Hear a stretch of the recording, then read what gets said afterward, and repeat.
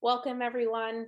My name is Dr. Arian Olish, Director with Startup West Virginia at West Virginia University, and I'm one of the co-hosts for this Accelerating Ideas Lessons from the Southeast Conference. I'm thrilled that you have joined us, and I'm excited to share today's lineup of speakers with you. When we first began planning this event, we wanted to create an event that would help educate, inspire, and inform SBIR and STTR applicants. You will be hearing from a number of program representatives at both the National Institutes of Health and the National Science Foundation, along with several who have been successful in receiving SBIR and STTR funding. By the end of this conference, you should feel confident in knowing about the application process. Excuse me, this is a horrible time for me to be just getting over a cold. You should feel confident in knowing about the applicant assistant process, funding priority areas, and have learned tips on how to be successful with your next SBIR STTR application. Before we dive into the speakers, I just want to go over a few housekeeping items with you all. By now, you will have received the Calendly links that you can use to schedule the one-on-one conversations with the NIH program representatives presenting over the next 2 days. During the first part of today's conference, we will not have time for question and answers with each program representative, so please email them directly with any specific questions at the email address provided in the attendee booklet.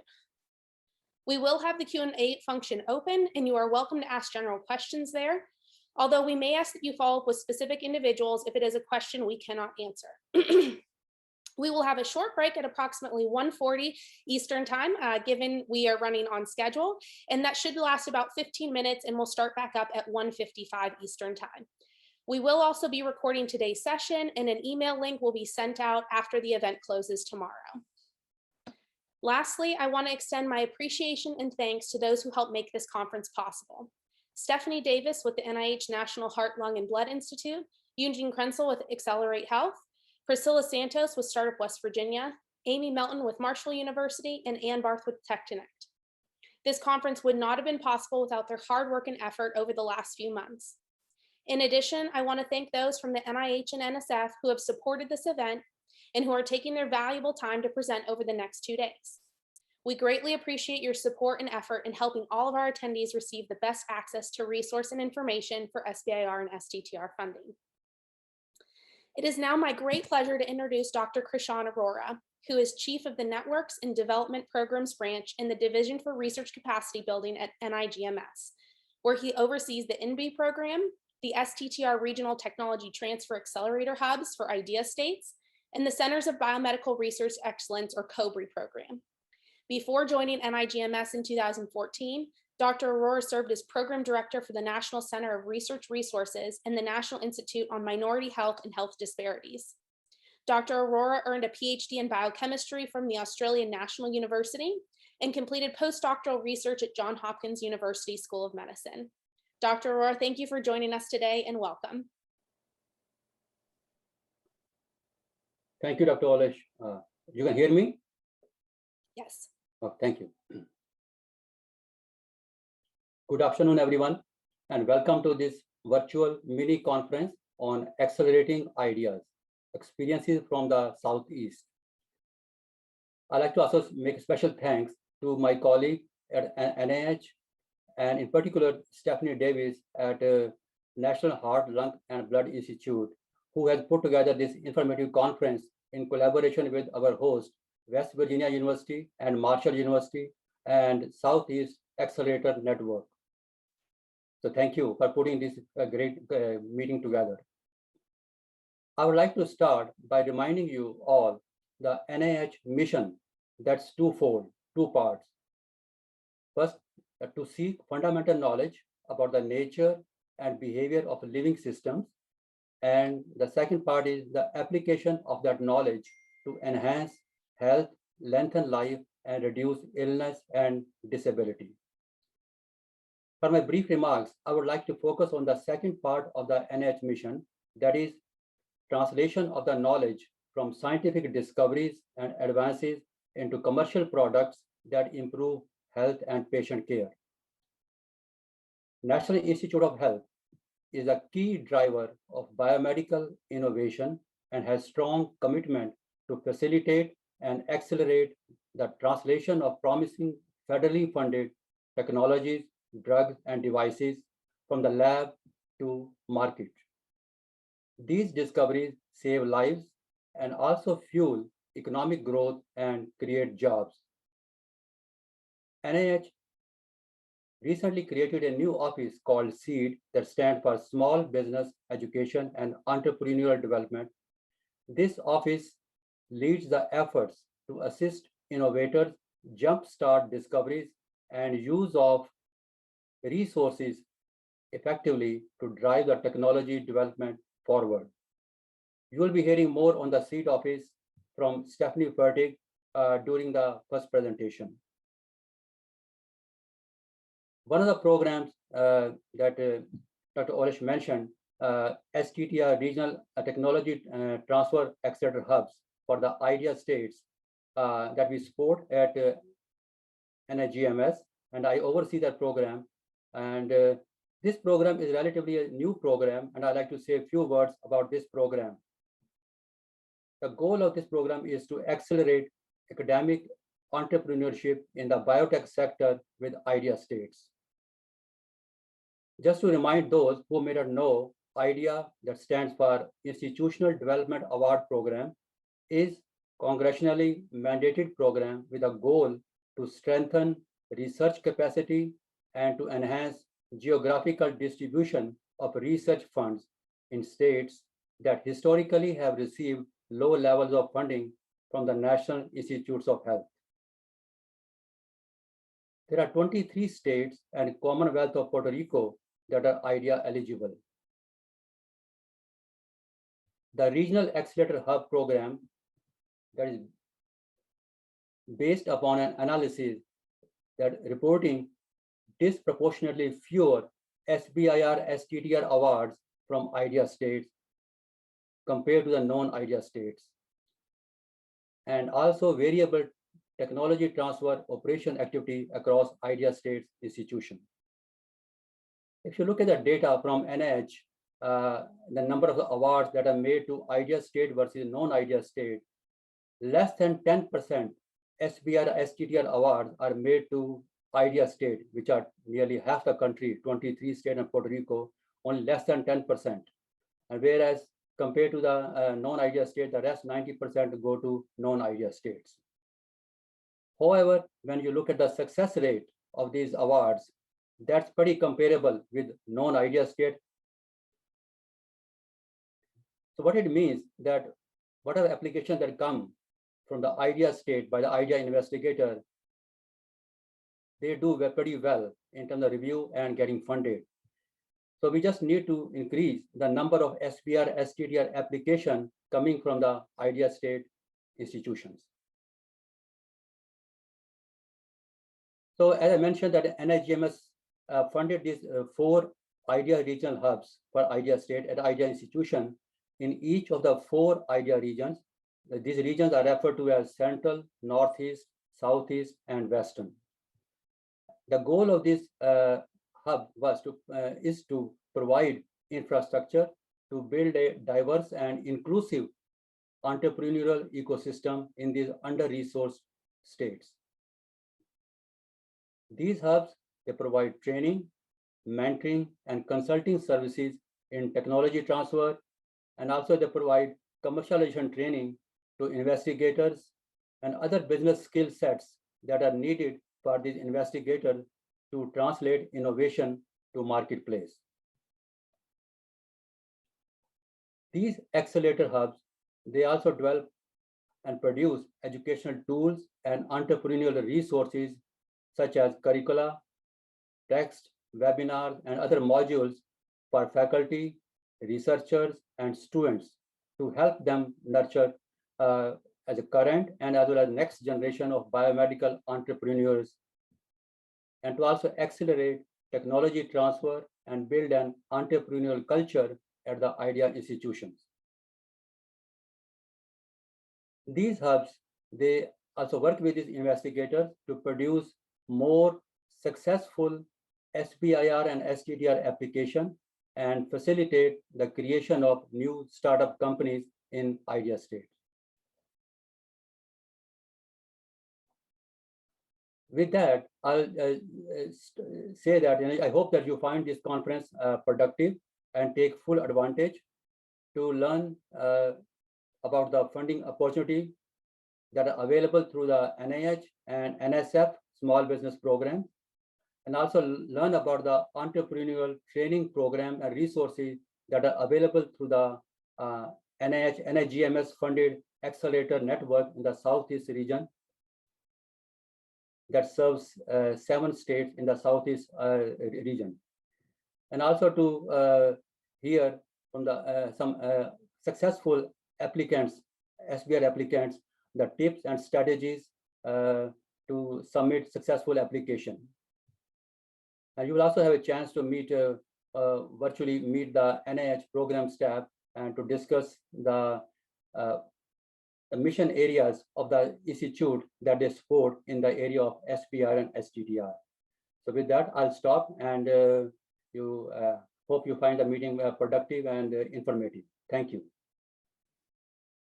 Thank you so much, Dr. Arora. We really appreciate your commitment to these programs and the support you've given us along the way as we've planned this conference. So thank you very much for your time today. Thank you. Thank you. Wonderful. Next, I would like to go ahead and introduce Stephanie Fertig. Stephanie is the HHS Small Business Lead in the SEED office at the NIH. Prior to joining SEED, she managed the SBIR and STTR programs at the National Institute of Neurological Disorders and Stroke, or NINDS. During her 15 years at the NIH, she has led the development and implementation of multiple programs focused on small businesses and translational research. Ms. Fertig has a bachelor's degree of science and chemistry with a major in physics from the University of Virginia and a master's of business administration from the University of Maryland's Robert H. Smith School of Business. Stephanie, welcome, and thanks so much for joining us today.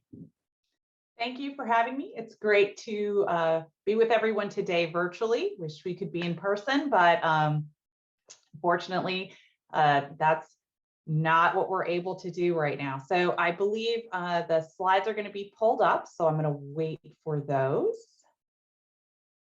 There we go. Thanks so much.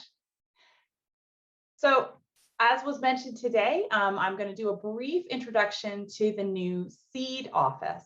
But first, I want to talk a little bit about that mission that was already mentioned, and specifically that second component, where we're taking that knowledge to enhance health, lengthen life, and reduce illness and disability.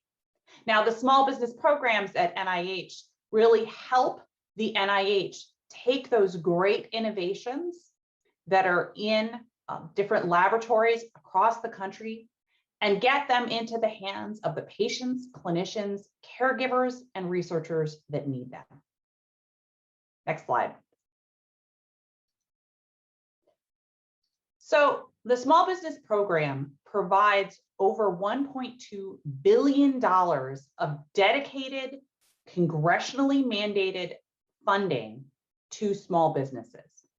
And it's done through the SBIR, Small Business Innovation Research, and STTR, Small Business Technology Transfer Programs.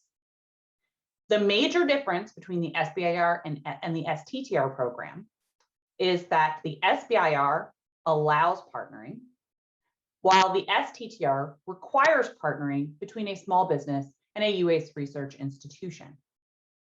All of the differences, and there are policy differences and requirements differences between the two, but all the differences really fall from that one major core difference.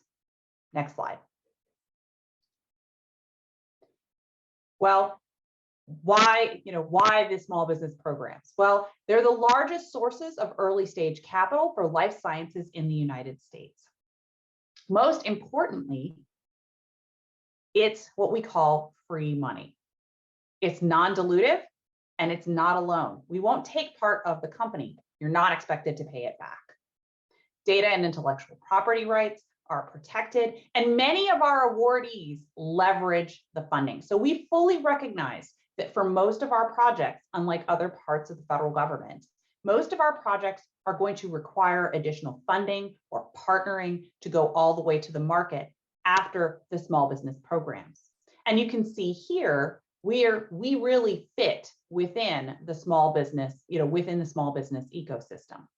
So awardees can take our funding and help de-risk the technology to attract those additional investors and partners to take them to market. Next slide.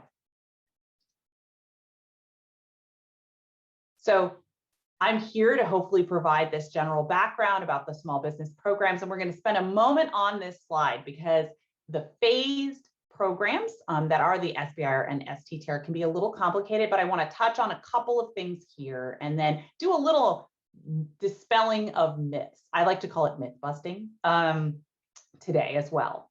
So these are phased programs. There's a phase 1, that's a feasibility study, and a phase 2, that's full research and development. Now, one person's feasibility study is another person's full research and development. And that's because feasibility is not clearly defined in the law or statute. So individual institutes and centers and companies, they may be at different stages and they may define feasibility very differently for their project. And so it is not as, well defined as people like to think it is or believe that it is. You can come into the program in a number of different ways. The first is through that standard phase 1, and then you would complete that phase 1 and come in for an additional application for the phase 2. You can also come in with something called a fast track, which combines the phase 1 and phase 2 into one proposal. And then finally, for SBIRs only, you can come into the direct to phase 2, where you've already got feasibility, you've already done that initial work, and you're really ready to do that larger full research and development study because you have enough data in hand. Regardless of how you get to a phase 2, whether it's through the standard path or a fast track or a direct to phase 2, at NIH, we really do recognize, again, getting to that commercial market or even that inflection point with partners or investors may require additional time and additional funds. For our phase 2 awardees, we do have programs that can help support that, whether it's the phase 2B or it's a competing renewal, it's an additional phase 2, or the commercialization readiness pilot program or CRP. Now, not all institutes and centers participate, and you're going to be hearing from some institutes and centers throughout the program here, but it's always, if you are in a phase 2 awardee, you can always ask your program officer if the institute does participate in one of these programs. Another big myth that I hear is around the budget. Specifically, a lot of people think, there's very small budgets and there's not a lot of flexibility with budgets, but that's not necessarily true. And it is, again, very institute by institute dependent. So you can see the budgets here. These budgets are set by the Small Business Administration. They do change. So if you've been watching it over the last several years, you might see these budgets do fluctuate. But the NIH also has a waiver from the Small Business Administration to exceed these budgets for certain waivers for certain topics. So what that means is each individual institute and center can and does have the flexibility to set their own budgetary guidelines for specific topics. And again, I'd encourage you to reach out to your program officer. And in fact, if you take nothing else from my conversation today, I hope you see us as approachable and really do want to reach out and talk to your program officer. Thank you. Next slide. There we go. So this is our new website. This isn't up and running, but it's coming soon. But I did want to point out that on this website or on our old website, you can find information about the omnibus solicitations. They are not out yet, but we do have a notice of intent to publish. They will be out. And we do have some standard receipt dates. Most important thing to note is that the vast majority of what we receive is through those standard omnibus solicitations. We do have some targeted funding opportunities, but the vast majority of what we fund and the applications we receive come in through those omnibus solicitations. If you have specific questions about targeted solicitations, there are specific program contacts at the bottom of those solicitations. Always a good idea to reach out and talk to your program official. Next slide. So this is a revamped version of what is currently on the website. However, I will tell you, we do have an infographic. It's broken out and does really show you what each things we're going to fund on each topic, as well as introduces, really helps you determine what registrations are required and how best to apply. I understand that a number of the participants are brand new to the project, to the program. So while again, I'd hoped the website would be live, not quite there yet, but I will tell you that we do have an infographic on right now that can still walk you through the process. And again, reaching out to talk to us is really important. Next slide. So one of the questions people have is, well, how do I know who to contact? You can reach out and contact our office, and I'm going to have some contact information on the last slide. But the other thing that you can do is use the NIH report tool. So you see the website here, report.nih.gov. As part of that, there is a matchmaker where you can put the information, you can put a brief description of what you're planning to propose, and the matchmaker will go and find similar awards. You can see where other awards and where other individuals have been assigned that are doing similar work. So you can see, look, most of the similar work is being assigned to the National Institute for Neurological Disorders and Stroke. I'm going to start with them and reach out to them. Now, don't be afraid if you reach out to, say, NINDS, my old institute, and you're not the best fit, or that's slightly outside their mission area, they'll pass you to the appropriate person. They can point out which institute or center might be best. So don't worry about getting it wrong. We are here to help you and guide you to find the right person. But the matchmaker tool is an extremely powerful one. Next slide. I do get a number of questions about the NIH Applicant Assistance Program. So this is a free program for those applicants who are new to the SBIR. So you will have not received an NIH SBIR or STTR grant in the past. We provide phase 1 application preparation, support, and review, including specific aims page review and submission process coaching. Now, this is not, this is a contractor. This isn't, they're not acting as a program officer, but they can help. Again, this is access to a contractor who can help provide some of these basic supports. AAP does not provide a grant writer, or they won't write your grant for you, but again, it helps provide that support for those who are not as experienced. We're especially encouraging applications from those small businesses that are located in underrepresented states, women-owned businesses, and individuals that are either socially or economically disadvantaged small businesses. So basically, we're encouraging those individuals from underrepresented groups, historically have not been represented well in our small business programs, and those that are from underrepresented states. Now, keep in mind, not all institutes and centers participate in the program. And so it's important I put a link to the program here, you can take a look, but NHLBI, National Cancer Institute, NINDS, NIA. So there's a number of different institutes that do participate. So I strongly encourage you to take a look. Next slide. So briefly, I think I am part of the SEED office, Small Business Education and Entrepreneurial Development. I went through an overview of the small business programs, but that is only one component of what our office, the support and the coordination that our office provides. We've really recognized across NIH that there's an entire NIH innovator community of funding and resources, and you really need to support that broader community in order to get things, again, from the laboratory and into the hands of those individuals that really need them. And so we have a wide variety of ways that we can support innovators through our office. Next slide.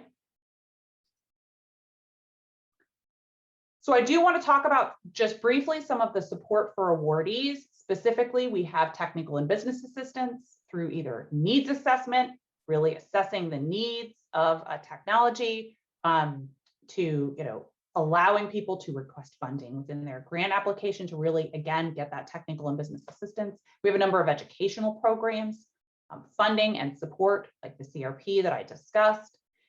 But our office also provides regulatory and business development support, specifically in the form of access to consultants. And then those consultants, we also provide partnering and investment opportunities and the ability to go to company showcases. And our consultants help prepare companies so that when they go to those showcases, they can, again, that handoff to either partners or investors is much clearer and made much more easily by our awardees.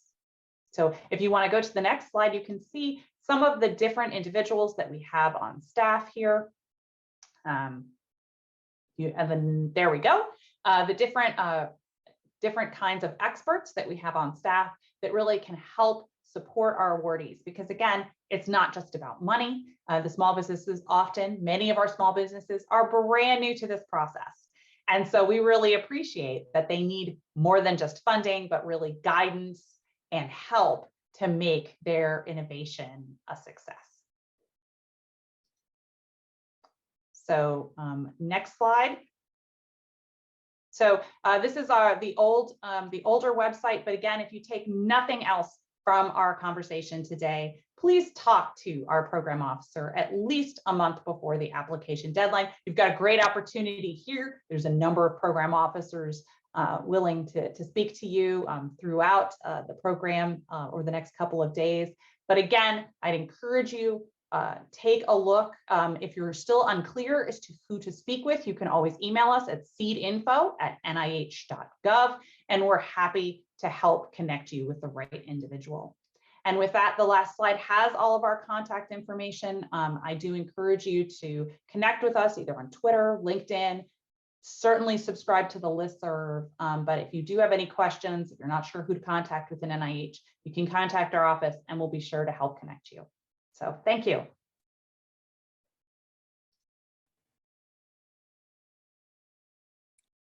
Thanks so much, Stephanie. Let's just go ahead and pop those slides off real quick.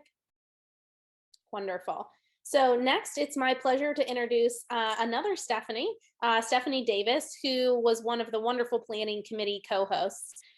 Stephanie Davis, Dr. Davis, received her doctorate in molecular pharmacology from the University of South Florida in 2016.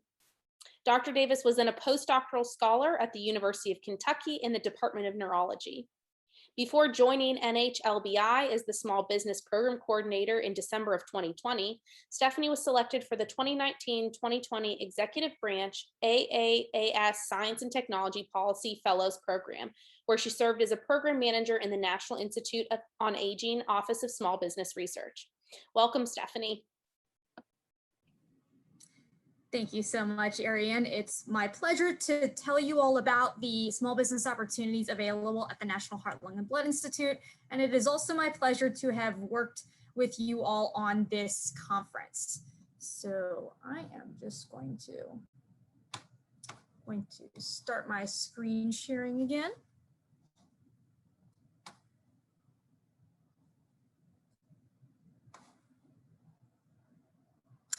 Okay, so as Ariane mentioned, my name is Stephanie Davis. I am the current Small Business Program Coordinator at the National Heart, Lung, and Blood Institute, and I'm just going to give a really brief overview of some of the resources and funding opportunities that we have for innovators that are developing new technologies for treating and diagnosing heart, lung, blood, or sleep disorders.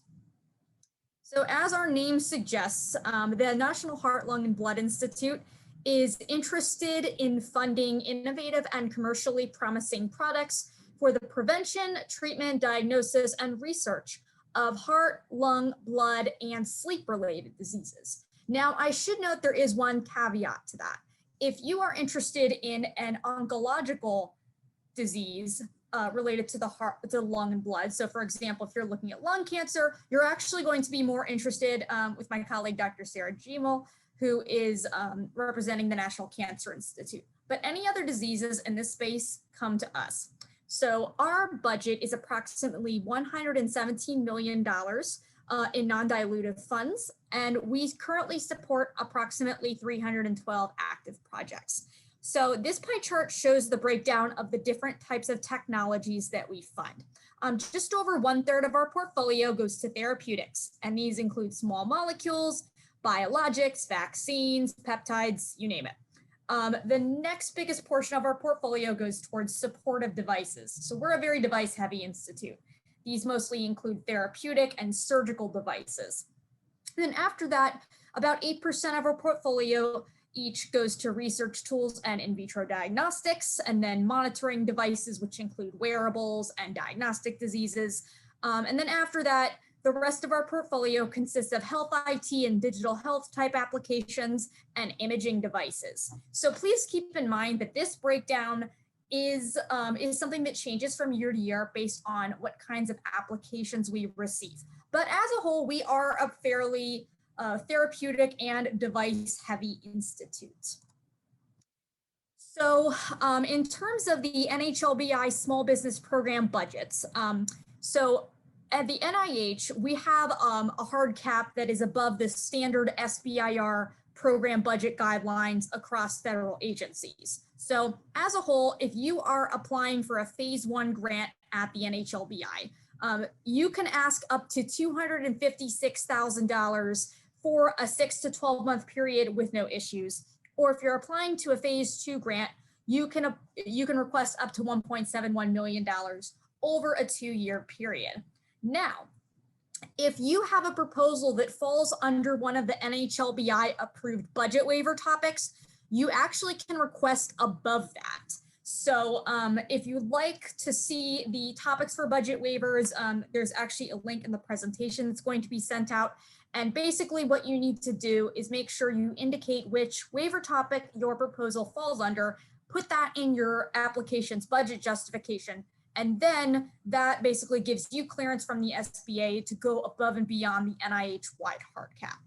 Now, in terms of NHLBI budget specifics, as Stephanie Fertig mentioned to you all, there are differences in the amount of subcontracting that can be done by a small business versus an academic collaborator and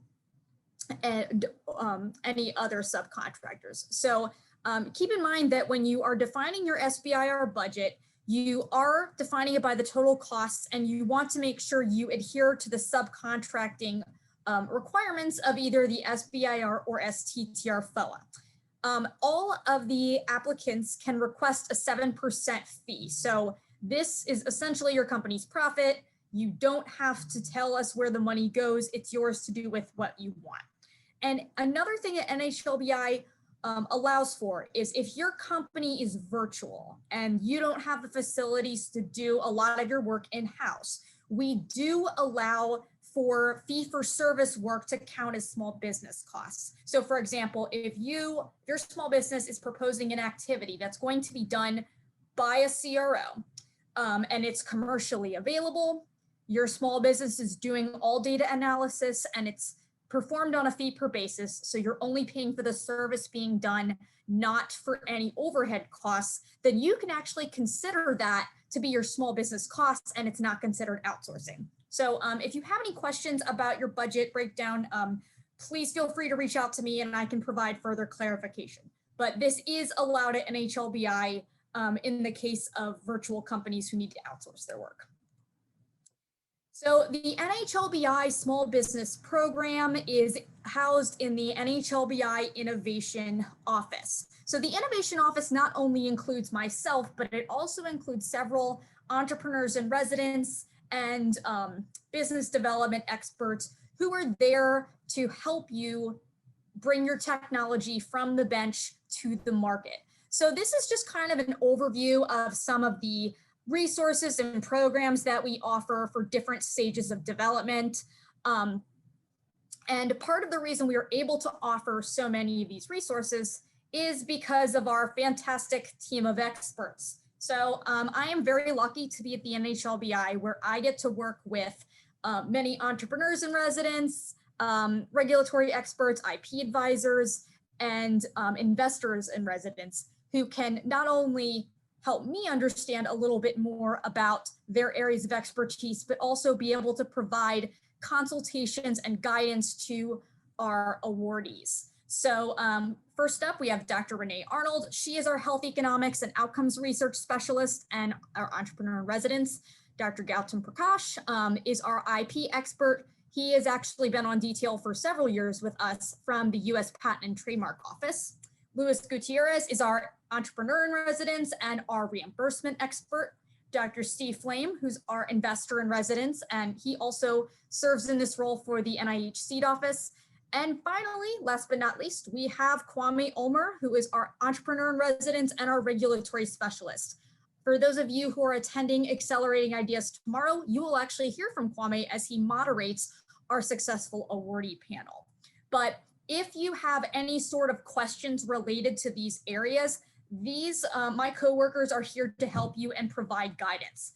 And likewise, they're also here to connect applicants and awardees with kind of business development experts within our NHLBI network of mentors. So awardees who need help in product development, what they do is they will actually connect awardees with several of these business development experts to help create kind of a targeted mentoring plan to ensure that all of our grantees are getting the help they need in order to successfully commercialize their product. So another program I wanted to highlight that is not necessarily small business, but it is of interest to translational researchers is our Catalyze program. So this program is run by my colleague and predecessor, Dr. Mike Peck.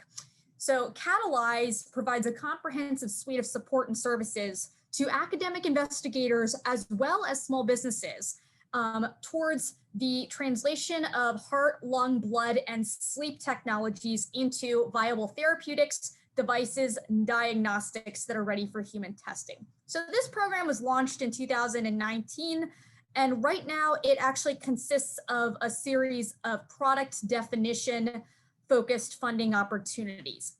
One of the advantages to the Catalyze program is that since it is available to academic investigators, if you're thinking of translating your technology, but you don't have a small business, you can still apply for Catalyze. So it actually has an expanded eligibility compared to SBIR and STTR FOAs. Additional advantages to Catalyze is that this provides the Catalyze Coordinating Center, which kind of provides program flexibility and a team of support for all of the awardees. So investigators who receive Catalyze awards can take advantage of this suite of resources to make sure that all of their needs are met. And so here are examples of some of the activities that we currently support through the Catalyze program. Right now, the FOAs that are active are focused on product definition for drugs, biologics, devices, diagnostics, and transformative platforms. We have some preclinical funding opportunity announcements, which hopefully will be out later this year. But these are just examples of some of the activities that we support through Catalyze. It should be noted that we do not support interaction with the FDA, and we don't support clinical work. So if you are planning on proposing a clinical trial, that is something where you will have to go through the omnibus FOAs, which in the case of NHLBI, we support clinical trials in all stages. And so here are some of the examples of the current Catalyze program funding opportunities. So we have several different opportunities for innovators developing both devices, small molecules and biologics, as well as enabling technologies and transformative platforms. So the next application deadline is July 9th, which is really not that long from now. So if you have any questions about these programs or when the next due date will be, I am more than happy to connect you with Dr. Peck so that you can get those questions answered. We have a playlist of videos called NHLBI Small Business Hangouts that cover several different topics that are of interest to awardees and applicants. These are all available on YouTube, and here's kind of an example of the topics that we cover. We cover interactions with the FDA, we cover intellectual property basics, patent litigation, connect customer discovery, and one of our most popular videos is actually for phase 1 awardees who are interested in writing the commercialization plan for their phase 2 application. So I share this with my applicants and grantees a lot.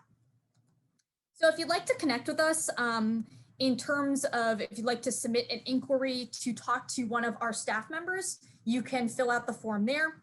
Be sure to follow us on Twitter and sign up for our newsletter. This is something where if you want updates, this is a great way to do them. And finally, if you would like to reach out, please contact NHLBI_SBIR at mail.nih.gov. And my personal email is going to be in the program booklet, and that is how you can reach me directly. So thank you very much. And before we go any further, I wanted to introduce my colleague, Dr. Sarra Djemil. She is a program manager who is working at the SBIR Development Center. Dr. Djemil aims to create and implement health science federal programs and policies that activate innovation, move therapeutics from the lab to the market, and improve human health. Prior to joining the SBIR Development Center in February of 2021, Dr. Djemil was an NCATS-funded TL1 postdoctoral research fellow at Georgetown University, where she also received her PhD in pharmacology in 2018. Dr. Djemil is going to be giving you an overview of the resources and programs offered by the NCI SBIR Development Center. So take it away. Thank you so much, Stephanie. As Stephanie mentioned, in this presentation, I will cover some of the funding and support that the NCI provides small businesses in the cancer space. The NCI has a unique centralized model for SBIR award management. Our office only manages SBIR awards. We don't manage academic grants. In addition to administration of active SBIR STTR awards, the fact that we hold the portfolio and commercialization related services allows us to perform other core activities such as developing new funding opportunities, training and mentoring, commercialization assistance, as well as guidance provided by our program staff and directors regarding applications and resubmission. We have 12 program directors with a wide range of expertise. I strongly encourage that you reach out to us with your specific aims page, as my colleague Stephanie Fertig mentioned before, if you're planning to apply. If you don't know whom to contact directly, please email us at our inbox and we will find the appropriate program director that fits your area to speak to. Next slide, please. At any given time, we have over 400 active awards. We are technology agnostic. This is a snapshot of the different therapeutic areas, the different types of technologies, including therapeutics, devices, and digital health that we funded in 2020 with a budget of $179 million. We do not decide these percentages. Rather, this is a representation of what we funded that year. At any given year, a significant part of our portfolio, 15 to 25%, and significant part of our funding, goes towards R&D contracts. Next slide, please. Next slide, thank you. So in addition to the omnibus solicitation, there are several other recurring funding opportunities at the NCI SBIR. I will briefly talk about a few of these today, including contracts. Next slide, please. While the majority of our grants are investigator initiated, in order to stimulate research areas that are within NCI priority areas, the NCI is a prolific user of R&D contracts. Our office works diligently with other NCI divisions to develop contract topics that cover NCI priority areas and have a strong potential for commercial success. Please keep in mind that contracts have a single receipt date, and the next receipt date will be in October, and topic publication will be in July. Next slide, please. So these are the contract topics that we have for 2022, but the full details of the contract topics can be found on our website in July. If your work falls into one of these topics, please check our website later in July. Next slide, please. Next, I'll speak to you about a very late stage funding opportunity that is aimed at providing successful phase 2 awardees with bridge funding to support them over what is known as the Valley of Death, the funding gap that is between federal and institutional rounds of funding. This opportunity, which is open to phase 2 awardees from any federal agency with projects that are relevant to the NCI mission, provides up to $4 million in additional funding over 2 to 3 years for further technology validation and clinical translation.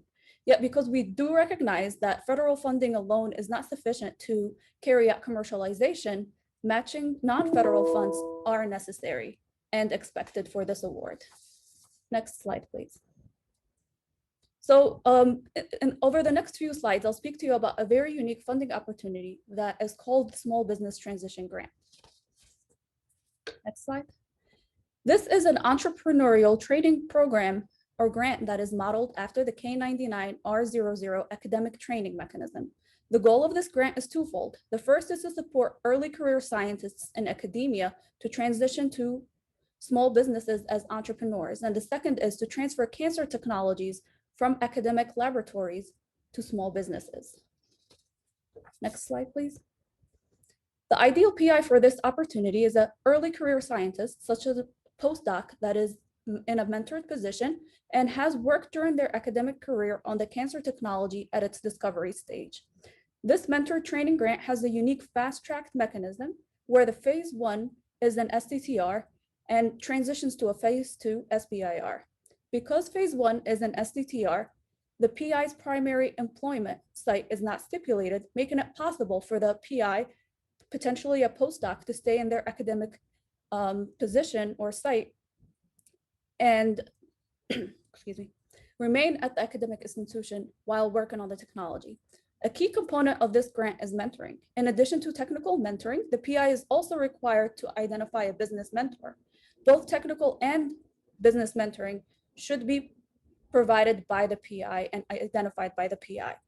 The PI is also expected to complete I-Core during phase 1. Upon the successful completion of phase 1 R&D milestones, the PI then moves to the small business concern during phase 2, where mentoring is expected to continue and the majority of the research will occur within the small business concern.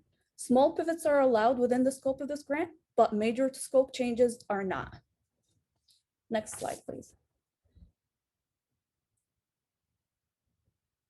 The two institutes that are offering this grant are the NCI and NHLBI.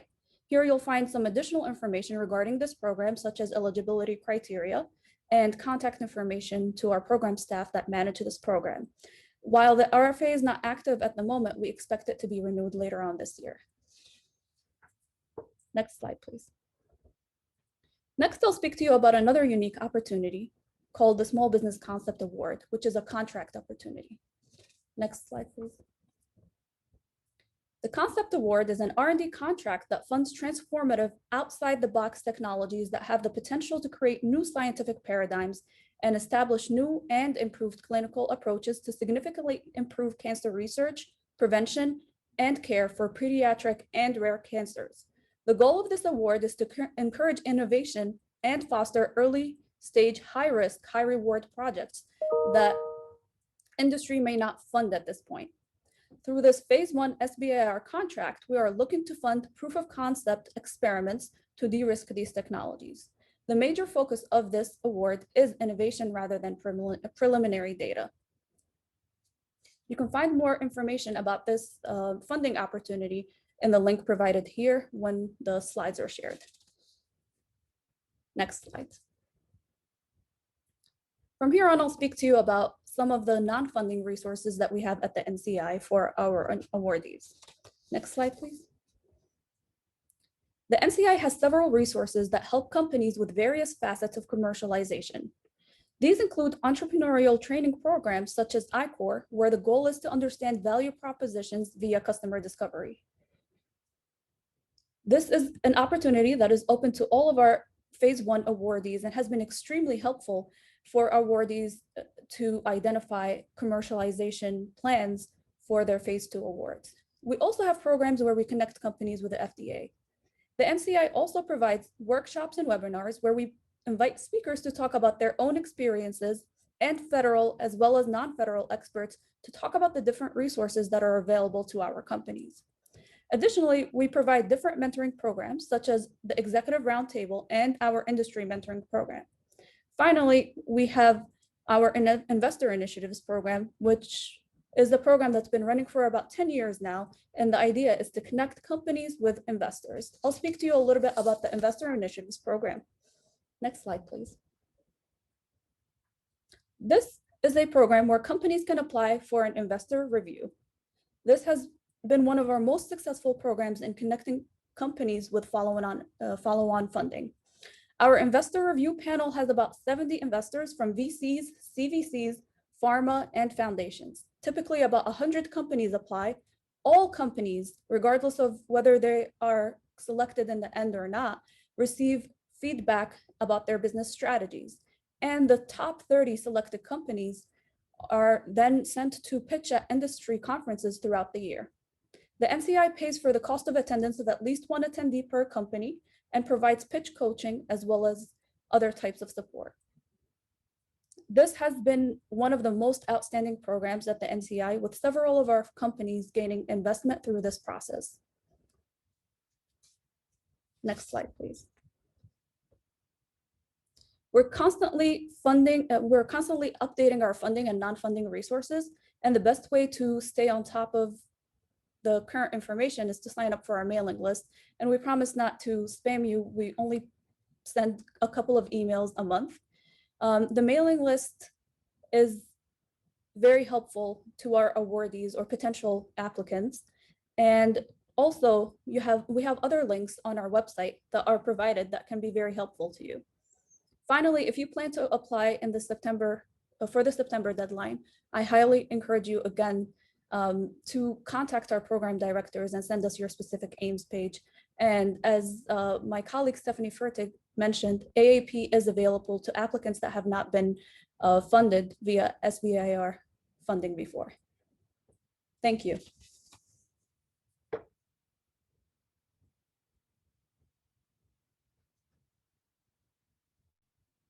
Thank you, Stephanie.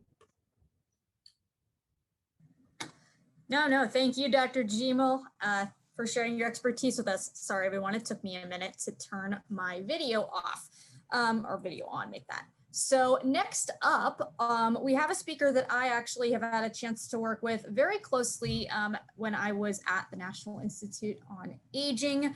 But I would like to introduce you to our next speaker, Armineh Ghazarian, who is the lead program analyst and portfolio manager at the National Institute on Aging Office of Small Business Research. Since joining the NIA in 2018, Armineh has focused her efforts on new outreach initiatives, creating and leading the SBIR Research Contracts Initiative at the NIA. Prior to joining the NIA, Armineh worked at Georgetown University, writing grant applications for various grant mechanisms for both federal and non-federal funding focused on basic science research, while managing a grant portfolio of approximately $100 million. She graduated from the University of Maryland with a degree in nutritional biochemistry and a master's in biotechnology and finance from Georgetown University. So without further ado, let me introduce to you Ms. Armineh Ghazarian. Thank you for that intro, Steph, and hello, everyone. So the NIA is the National Institute on Aging, and we are the primary federal agency that leads research on AD and ADRD related dementias, as well as research related to aging longevity. Next slide, please.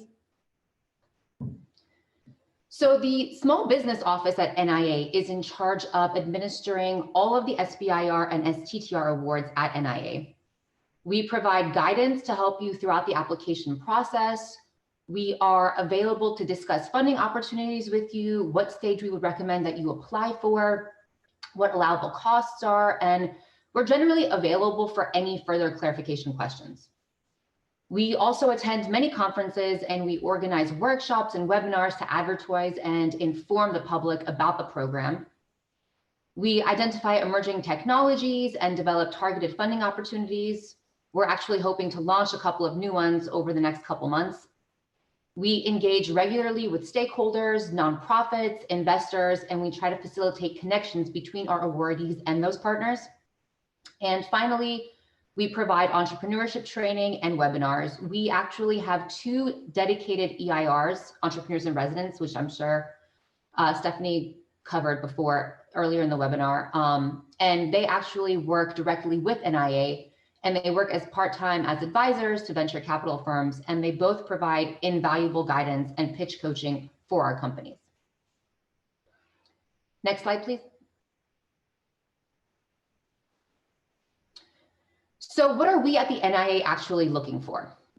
NIA is looking for innovative solutions to various unmet clinical needs, and it is critical that these solutions have significant commercial potential. So these are projects that leverage the expertise of the company or its founder and produce feasibility data for phase 1s or work towards product-focused development activities for phase 2s. Alzheimer's disease is the main focal area at NIA, which is why our funding limits for AD and ADRD related research are higher. They're at about $500K for phase 1s and $2.5 million for phase 2s. The research focuses on many different areas such as prevention, diagnosis and treatment, care and caregiving tools, just to name a couple. Next slide, please. So NIA funds many different types of innovations for AD, ADRD, and age-related changes in cognitive functions. We also fund innovations for age-related diseases and conditions. Our portfolio is very broad, and therapeutics make about 1/3 of it, but we do also fund many other research areas, and a couple examples of those are digital and mobile health, sensors and monitoring technologies, and supporting devices. Next slide, please. So this slide just outlines our different funding opportunities with the budgets included. Omnibus FOAs, which are on the left-hand side of this table, just mean the applications that are not focused on Alzheimer's disease. And as I mentioned before, the budget limits of these are set at lower amounts than our AD-focused funding opportunities, which are on the right-hand side.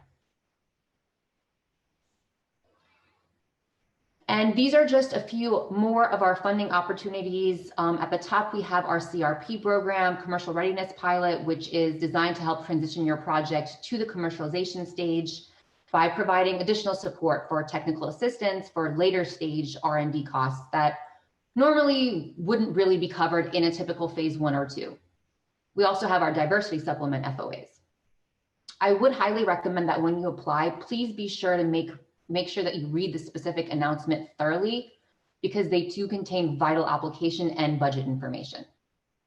And also not listed on these slides are the SBIR research contracts that we actually just began this year.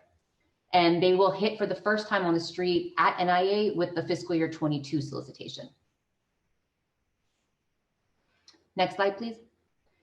We also provide our applicants with many additional resources. I believe the AAP program has been mentioned a couple times already, but we also participate in this resource. And it is a basically 10-week coaching program, and it's really helpful for people who have never applied to the NIH grant before. It walks you through each component of the application, and at the end of the program, you actually have a full application done. Available to all of our awardees is the Technical Assistance and Budget Allowance, which is a resource that provides funding and/or a needs assessment for various costs, such as IP protections or market research. And we also offer, as I mentioned, diversity supplements to help increase the diversity of the workforce. Our C3I and I-Core programs provide entrepreneurial training. C3I is designed specifically for medical devices, while I-Core is a broad program focusing on customer discovery. Next slide, please.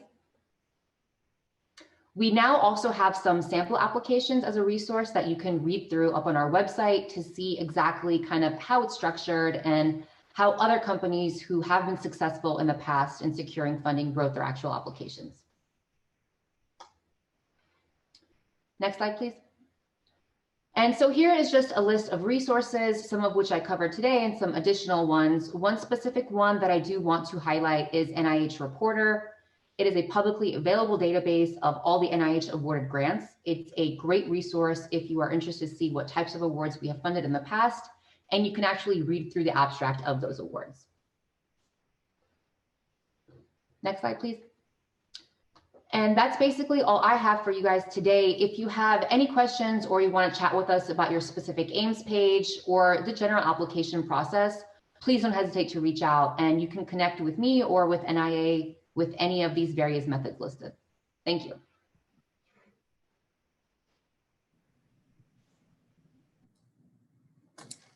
Thank you so much, Armineh, for that great presentation. Next up, I want to introduce you all to Dr. Dmitriy Krepkiy, who is a program director and the NIGMS SBIR STTR program lead at program lead at the National Institute for General Medical Sciences. Dr. Krepkiy is also a program director in the Division of Biophysics, Biomedical Technology, and Computational Biosciences. In this position, he oversees technological development grants in spectroscopy, mass spectrometry, and biomedical technology research resources. So without further ado, Dr. Krepkiy. Thanks, Stephanie. Next slide, please. So NIGMS is a National Institute for General Medical Sciences. It supports biomedical technology development by a number of different programs. So we have exploratory research, feasibility studies, early stage technology development, and that's R21, R01 mechanism. We usually see a lot of academic institutions applying for this early stage technology development, but sometimes companies also apply. We also support biomedical technology development and dissemination centers, which are for later stage technology development and dissemination. And I'll tell you a little bit more about those on the next slides. And for the mature technology, we have user resources. The intent of those is basically to make technologies available to a large number of users. And also the small business innovation research and small business technology transfer grants are viewed as the technology dissemination mechanism at NIGMS. Next slide, please. So NIGMS supports a large number of biomedical technology development and dissemination centers. And as I said, the focus is on the late stage technology optimization and validation, and the driving components for those grants is technology development projects, which interact very closely with independently funded driven biomedical projects. So it's a push-pull relations in for the technology development. And actually, small businesses are encouraged to interact with those centers and in terms of potential technology dissemination. Next slide, please. So in terms of SBIR, STTR mechanisms, we participate obviously in phase 1, phase 2 mechanism. The maximum total allowable costs for phase 1 is going to be 350K. For phase 2 is going to be 2.5 million total cost, and obviously those will have to be the topics in the Appendix A Stephanie Fertig was talking about. We also participate in direct to phase 2 fast track and phase 2B and CRP programs. So you can actually find more on their website provided at the bottom of this slide. Next slide, please. So NIGMS operates within its mission. Largely, it's basic science institute, and what we actually support is quite diverse. We support a lot of scientific instrumentation, devices, methods, research reagents. Increasingly, we see the number of applications in computational technologies, data science, bioinformatics. We support different platform technology for basic science research, omics, and also for drug discovery and evaluation, as well as some medicinal chemistry applications. But NIGMS is not only basic science focused institute. There are some clinical areas of interest which NIGMS supports are like anesthesiology, wound healing, and sepsis. It's also quite active in developing product and services to enhance scientific workforce diversity and development in health education. And one of their specific programs is Science Education Partnership Award, which actually focuses on development of next generation of sciences and educating pre-college students in science. And you can find all of those detailed topics in Omnibus, as previous speakers said, and you can find them either on their SEED website or you can also find them on the NIGMS specific website listed below. Next slide, please. So just to give you an overview of what has been funded recently, to emphasize the diversity of things, that's their graphical representation of different topics and NIGMS funds. We are certainly finding a lot of high throughput, so-called methods, and those are technology dealing with single cells, for example, in drug discovery. Under the workflow, you will find a lot of technologies to study, for example, protein ligand interaction, protein different instrumentation to analyze biomicromolecules, mass spectrometry, etc. Under the students, as I said, we have quite a large program focused on student education and education of next generation of scientists. We also fund a lot of instrumentation focused on the structural biology, as well as the emerging, technologies in computational biology, machine learning, free energy, etc. Next slide, please. So the majority of the application coming to NIGMS, as well as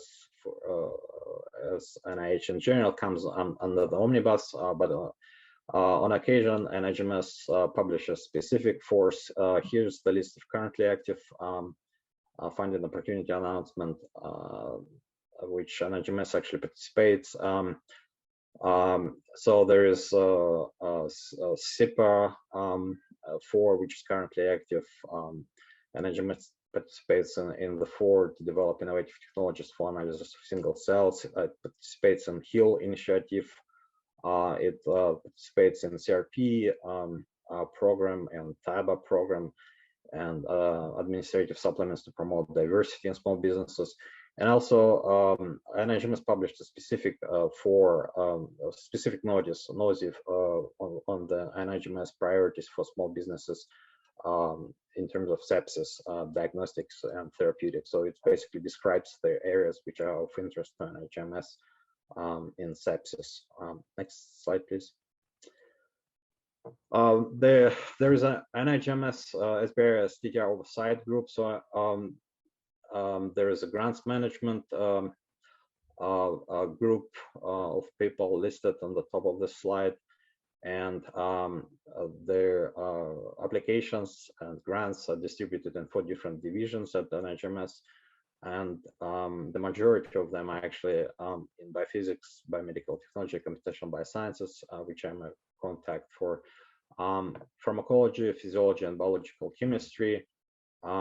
Hosts grants in biological chemistry and also in some clinical areas. Silogy, Ghazarian, Michelle Bourne contacts there. Training and workforce development and diversity. Edgardo Falcon Morales is a program contact there. Krishan Arora, whom you have heard in the beginning of this meeting, is a contact for research capacity building, which actually manages IDEA state hubs.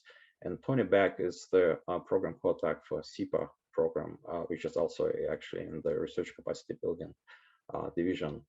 And I'm a program coordinator for the SBIRs, and Brian Iglesias is the grants management coordinator for SBIRs. So if you have any specific questions, please feel free to contact me or any of those people listed on the slide. And I want to thank you.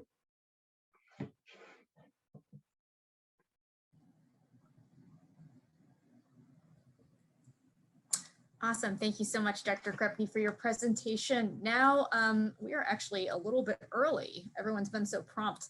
I wanted to introduce you all to our next speaker. So our next speaker is Dr. Natalia Kruchinin. So she is the Small Business Program Coordinator, Team Lead at the National Institute for Allergy and Infectious Diseases. I'm sure you all have heard a lot about NIAID in this past year for good reason. In her current position, Dr. Kruchinin serves as the Program Director of the NIAID Small Business Center and a Senior Program Leader and Advisor to the Director of the Office of Research Training and Special Programs and the Director of the Division of Extramural Activities. She provides leadership, coordination, and oversight of a broad range of scientific and managerial activities within NIAID. Prior to joining the NIAID, Dr. Kruchinin served as a program director within the SBIR Development Center at the National Cancer Institute at the NIH. Dr. Kruchinin holds a PhD in molecular biology from St. Petersburg State University, Russia. So without further ado, allow me to introduce you to Dr. Natalia Kruchinin. Thank you, Stephanie. Thank you for introduction. And I just want to say thank you to everybody who joined this webinar. Please, next slide. Stephanie, okay, thank you. I just want to mention that we, National Institute of Allergy Infection Diseases, NIAID, are the second largest institute within NIH community, and within NIH Institute, the second largest, and our budget, SBIR STTR budget for 2021, 181 million. Next slide, please. We are, but I'm not going to talk about the program structure. You heard about this from Stephanie's presentation, but I would like to mention that we are participating. We have phase 2B awards. It's basically designed, this program, not all ICs phase 2B awards available, but we are. And this program is designed for phase 2 applicants who need additional time and additional funding to continue their research. Phase 2 applications are considering renewals type 2 in the NIH grant numbering system. Just also would like to point that in our case, we are not, it's encouraging, but we are not requesting matching funds. Some ICs I know for similar programs, you will need to have matching funds, but not in our case. Next slide, please. Yeah. Omnibus solicitation. You also heard we have at NIH, we have 4 program announcements. We, NIAID, are participating only in 2. SBIR Omnibus solicitation, PA 2260, and STTR PA 2265, clinical trials not allowed. Again, we are not participating in omnibus clinical trial allowed, only not allowed. Next slide, please. If your project related to clinical trials, please take a look at this program announcement.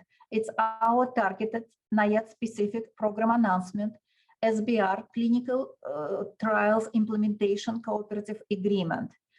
This program announcement designed for applicants to support implementation of clinical trials from small business concerns that propose clinical trials in the research area within the mission and goal of our institute.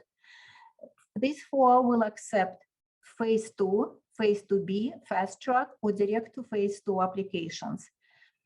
Applicants who are planning to apply directly to just to phase 2, because it's not a direct to solicitation, it's just regular phase 2 solicitations. Applicants who seeking apply to phase 2 must receive a previous SBIR phase 1 support that is appropriate and relevant to preclinical studies, planning activities, and so to these 4. Keep in mind, this program announcement applies only to SBIR program. If you need additional information, check our question and answers link. And also, if you're thinking about applying to this program announcement, please reach out directly to us, and we will connect you with the program to have additional conversation. Next slide, please. About our institute.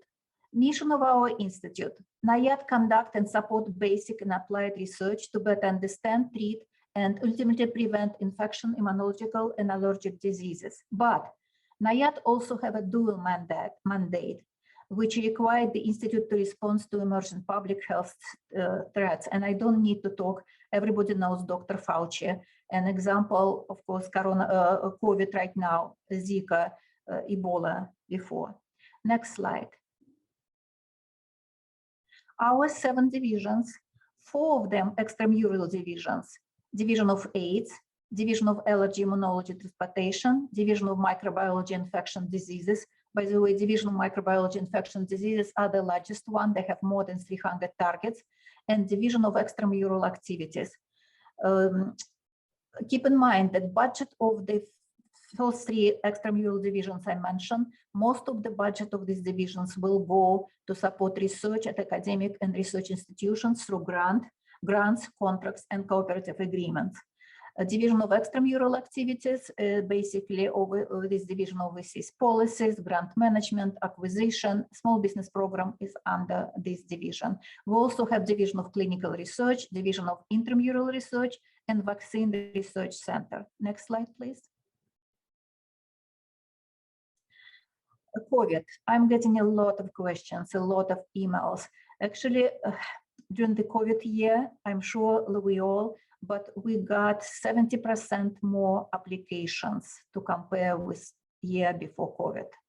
A lot of applications, yes. But on September, following the September 5th, 2020 receipt date, most of NIH Institute Center made the decision to expire their COVID-19 notices of special interest. If your project related to COVID, please apply through omnibus solicitation, SBIR or STTR. But you're welcome to check the site, COVID-19 funding opportunities and announcement, NIAID site. Keep in mind that some awards, some solicitations, small business are eligible to apply. Check this site. Next slide, please. And also NIAID have many resources available to the research community. Please check these two links. These resources are free. Especially check the repository is a central repository that supplies organism and reagent to the broad community of microbiology infection disease researchers. Again, check these two links. Next slide, please. You heard about waiver topics. I'm not going to talk about this now, but keep in mind that in our case for NIAID, if you're applying to phase 1, you can get up to 600,000 up to 2 years. 300 per year, again, up to 2 years. For phase 2, you can get up to 3 million, 1 million per year, up to 3 years.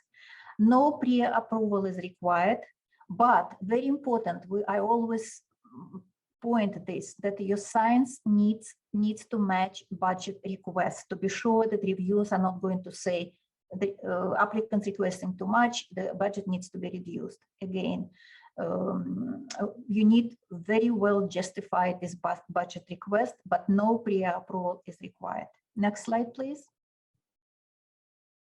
And you heard this many, many times today. Very important piece of advice. Talk to us earlier. Stephanie mentioned 1 month before. I will say reach out to us as early as you can. We will reply and we will try to help. You're welcome to reach out to me, to my email address, or I have my team, we have email address. You can also, I would like to ask you, please attach small abstract, non-confidential information, abstract or specific aims. It will help us to see if your project within the mission of NIAID, or if not, we will find you the place where your application can be submitted. Next slide, please. You also heard about application assistant program within NIH, but we NIAID have our own application assistant program, and I'm very proud of this. It's so popular, free of no cost to applicants. We have 3 cycles during the year who are eligible. This program designed for awarded phase 1s who are planning to apply to phase 2, but fast track applicants or direct to phase 2 applicants are eligible. And this program will provide application support, proposal development training, customized one-on-one applicant assessment, and post-submission support. We have 25 slots per each cycle. Right now, we just finished the last cycle, but we are going to continue this program for the next fiscal year. Please keep sign with our listserv, and you will see, you will get more additional information for next fiscal year. Next slide, please. Also, check our samples of successful applications. You can see phase 1, phase 2, fast track. I'm very proud of these projects. We actually one of the first ICs who posted examples of successful application, SBIR, STTR, and these resources are very popular. Next slide, please. And at the end, I just want to show you a slide, SBIR team, NIAID SBIR team.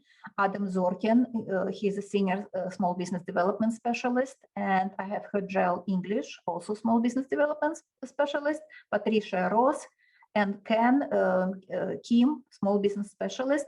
If you will reach out to me, maybe some of them will reply and provide the information. Thank you so much.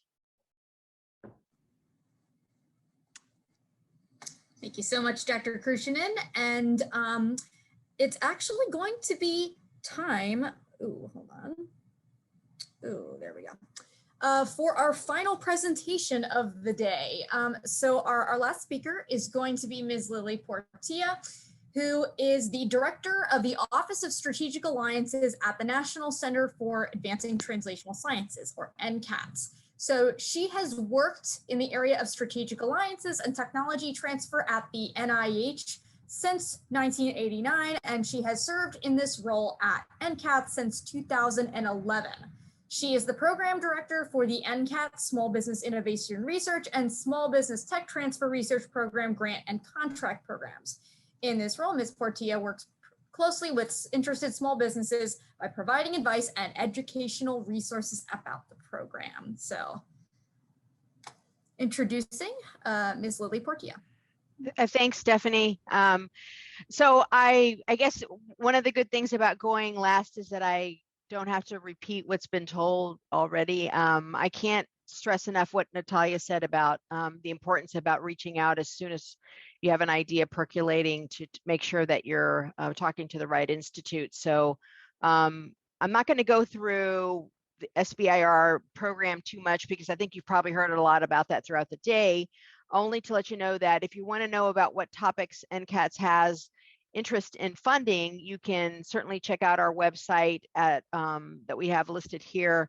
But I will say that they kind of primarily fall into three buckets, which is drug discovery and development tools, clinical research management tools, and some digital health as well, bioinformatics tools as well. We're disease agnostic, but with that said, it's always good to have a conversation with us because we want to make sure that you are going to the right institute. If your project does have a really strong oncology focus, you're best served by going to an organization like NCI. But if you're working on a platform technology that cuts across various diseases or drug delivery system, NCATS might actually be a good place for that. We also have a great interest in rare diseases as well. We have a program around that as well that I'm going to be talking about here in a minute. So that's what I'm really going to focus about is additional resources that you can leverage your SBIR with at NCATS. So let's go to the next slide. So I think we all recognize what the valley of death is, and sometimes even with your SBIR grant, you might get stuck, and it's getting funding for these additional studies that may be required by after a pre-meeting with an FDA, you know, like some tox study that needs to get done, have formulation, looking at a reformulation of something. You know, sometimes it's just tough trying to do that with an SBIR grant, but there's some other resources that are available at NCATS that I wanted to talk about, and one of them is working with our therapeutics development team. This is actually part of the NCATS intramural program. It's not a grant program, it's a resource program that we have, and these are this is a menu of those resources that this group can offer under what's called our Bridges and Trend program. So let's go to the next slide. So the Trend program, which stands for Therapeutics for Rare and Neglected Diseases, focuses on, of course, rare and neglected diseases, and you can come in at various stages of development with an asset. You this particular program actually goes up to a phase 2A clinical trial, can provide support for that. And then the Bridges program only goes up to an IND filing, and it's pretty expansive in terms of the types of indications that it takes, different types of diseases. We accept various modalities, large molecule, small molecule, gene therapy. What we don't take under this program are development of devices or vaccines. We're not set up to do that. But both programs combined have had a really successful run since the exception of NCATS back in 2011. 27 INDs have been cleared, and here we're showing various stages of development of these INDs that we have cleared through these two programs. And as you can see here, there's a wide-ranging areas of therapeutic development that we therapeutic areas that we accept under the program. As I said, we accept various types of modalities. The majority are in small molecule, but with that said, we have great interest in biologics and gene therapy, and also cell-based therapies as well too. Let's go to the next slide. So who are our partners? We are very expansive in terms of who we take. We take small businesses, academics, biotech, sometimes even pharmaceutical companies will come to the programs to further de-risk something that a shelved asset that they have no interest in further moving. So we may move that into one of these programs. We've had a couple of our SBIR, STTR grantees that have leveraged this program. I'm going to give an example at the end as to how that was done. And we've been also using our this particular program to help with the HEAL initiative. And this is how it works. Basically, you come in, it's outside of the NIH grant submission process. There's a application process, but it's very abbreviated. And we have an internal key opinion leaders and experts in a particular subject matter experts that will look at and help us determine whether we can take the asset in and kind of do a gap analysis and determine what studies you need to get you to a key inflection point. So let's say that you have an SBIR grant and you discover in a pre-IND meeting that you need some kind of additional study. This is exactly what this program is here to do. And what you'll be able to access are our CROs, our contract research organizations that we have on available to us. We will work with you in putting an agreement together to collaborate with us, collaborate with our staff, and then get you the data that you need via our contract research organizations at no cost to you. And again, the idea is to get you to these key inflection points along drug development that exist. So there's also a very big focus on project management here. So when your project gets taken in, you are assigned a project management manager who's kind of managing the entire all facets of your project, working with regulatory, getting regulatory advice as well too, having conversations directly with our CROs, and it's very much of a project team approach here. We want our collaborators to be very much involved in the day-to-day runnings of what we're doing and understanding how we're interacting with our CROs and what data is being produced, and making sure that that data gets back to you all to for whatever reason that you need it. So again, want to make sure that everyone understands that this is not a grant program. It is a resource access program. And it's very much a collaboration model where we are actively collaborating with you to get you this information and this data that may be that is going to be developed. Let's go to the next slide. So how does this work? So the best way that I can do this is by way of example. So we had there was an NIH SBIR grantee who had cobbled enough money together with an R01 and STTR about 3.5 million, and she had developed a new molecular entity for the treatment of a rare disease. She went to the FDA for a pre-IND meeting and discovered that she needed these 2 very expensive tox studies done. And she was kind of stuck. She did not have the money in her budget to get these tox studies that totaled about $500,000. It's kind of hard, you know, using SBIR to do that may have been possible, but the timelines were very long, and just doing that as just trying to put an SBIR together to get a tox study done probably would not have passed review muster, right? So she came to the Bridges program, and we looked at what was needed. We agreed with the assessment that these 2 tox studies were needed. It was I believe it was a rat and then a dog study that was needed for this particular discussion that ensued with the FDA. We did that, and over, I think, a period of about 1.5 years, the information was about a year, we gave her the information. She was able to successfully file the IND.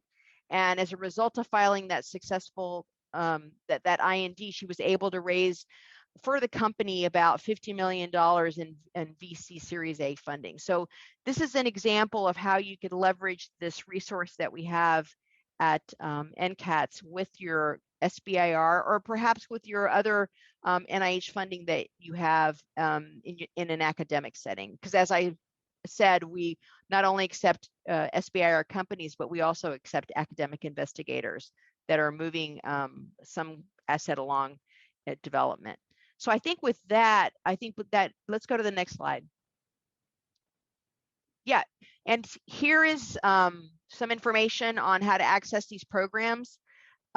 Best to have a conversation with our staff prior to submitting anything, because we want to make sure that you are, first of all, that your project is aligned with what we're looking for, what translational problem where you're trying to address. And the applications are accepted on a rolling basis, primarily in tranches throughout the year. So it's good to get a sense of what the timing may be for that. But always talk to us before you submit, because we want to make sure, again, that there's good alignment with either the Trend or Bridges program, or even with the HEAL initiative that projects aligned with the HEAL initiative that we have been taking as well too. So with that, I think that concludes my portion of the presentation, and any questions, happy to answer those with my contact information and put you in touch with the right people at NCATS.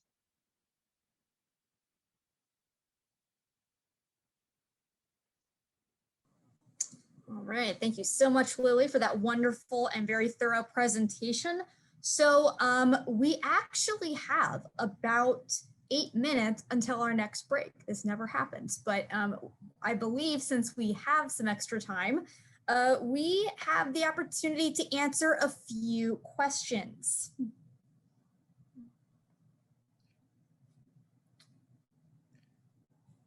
Yes, and please put those questions in Q&A, section on your screen.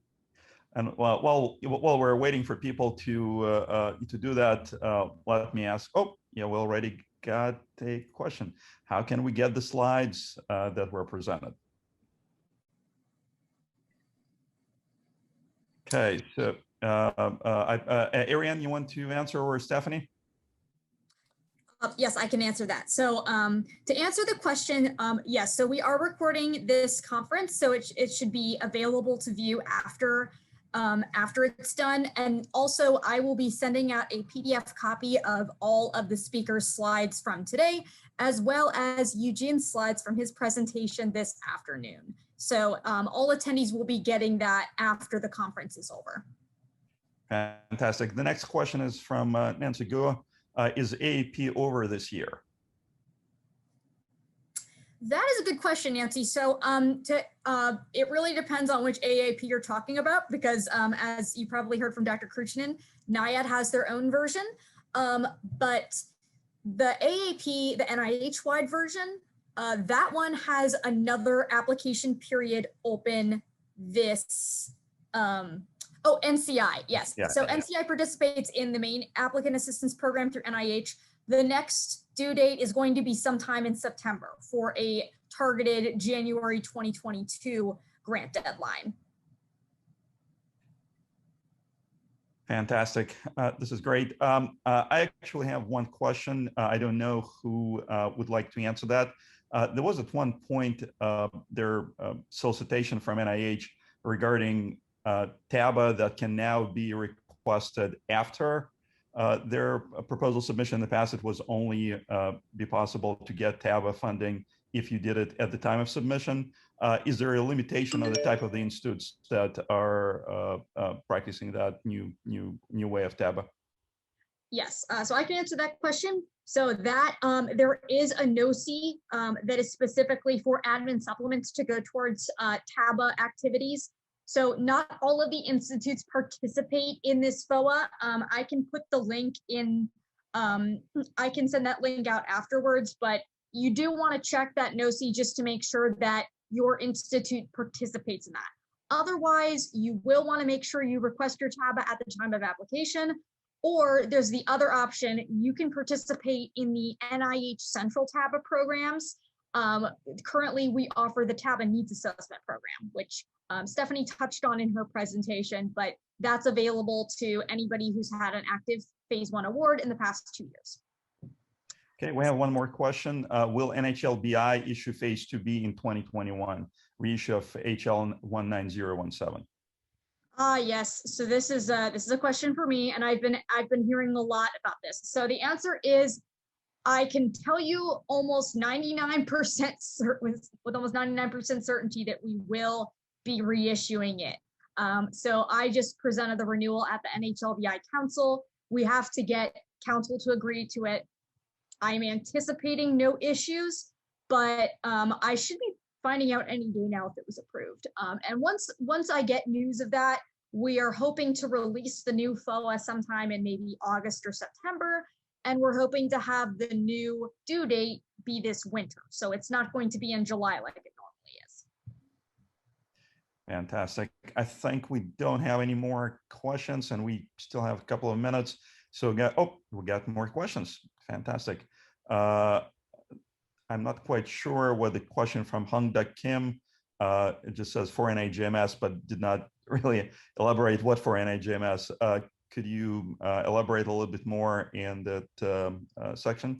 And yeah, we got a question for, I think for Dr. Wang, is in the area of knee replacement devices, is NIH good fit? Zibin, could you answer that? Yeah, so the NIAIDS, National Institute of Arthritis Musculoskeletal Diseases, so we accept all the knee devices. So tomorrow I'm going to talk about our mission. So come back tomorrow, and you will see what we are doing. Yes, so for more details about NIAIMS's areas of interest, Dr. Wang is going to be giving his presentation tomorrow, so just be sure to tune into that. Okay, and we have a question that Hongda Kim elaborate a little bit more.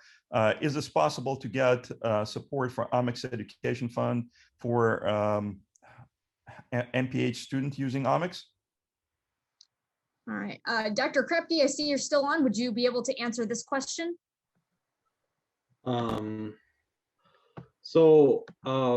We have two divisions basically, which deal with student education, TWD division and research capacity building with SBIR program. So I would encourage to discuss it in more detail, either with Edgardo Falcon Morales, who is their contact for TWD division, or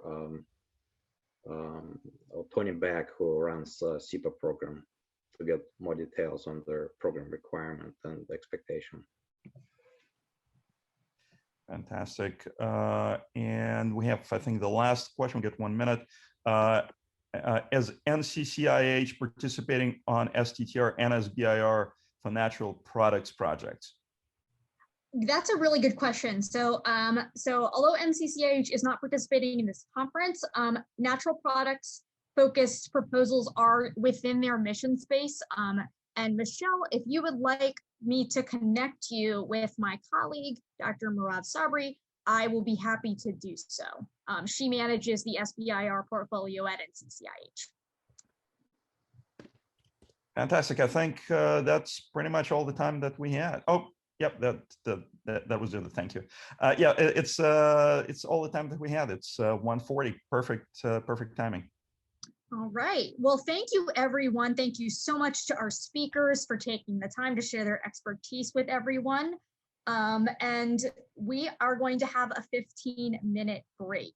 So at 1:55, Dr. Eugene Krentsel, who you actually just heard from, is going to be giving his presentation on the resources offered by the XLerator network. Welcome back, everyone. I hope everyone had a nice chance to take a little stretch, grab some coffee or tea, move around for a little bit.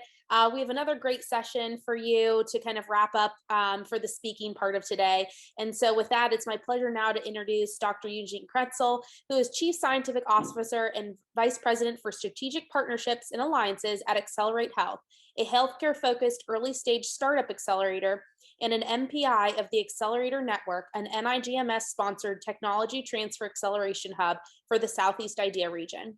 From 2013 to 2018, he was Associate Vice President for Research and Innovation at the University of Louisville, responsible for the full range of activities in the discovery, innovation, translation, and commercialization spectrum at U of L, promoting commercialization of university technologies and advancing industry engagement and entrepreneurship.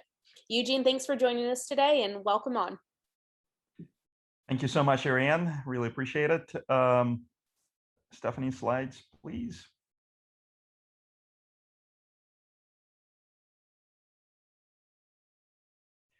Fantastic. Thank you so much for joining us today to hear wonderful presentations. I really enjoyed the earliest session where there were program directors from multiple institutes from NIH presented their details on what SBIR, STTR programs at their institutes is and how you can take advantage of what it offers.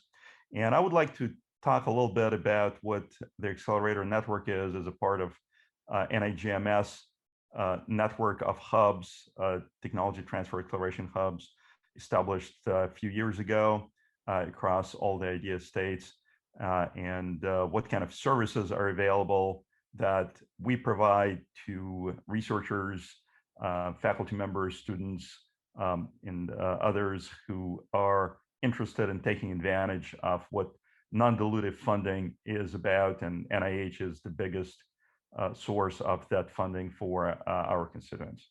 You see the links to both Accelerator Network below and also to their small business that XLerateHealth is, that I represent. That funding in itself is done by NIGMS through STTR mechanism.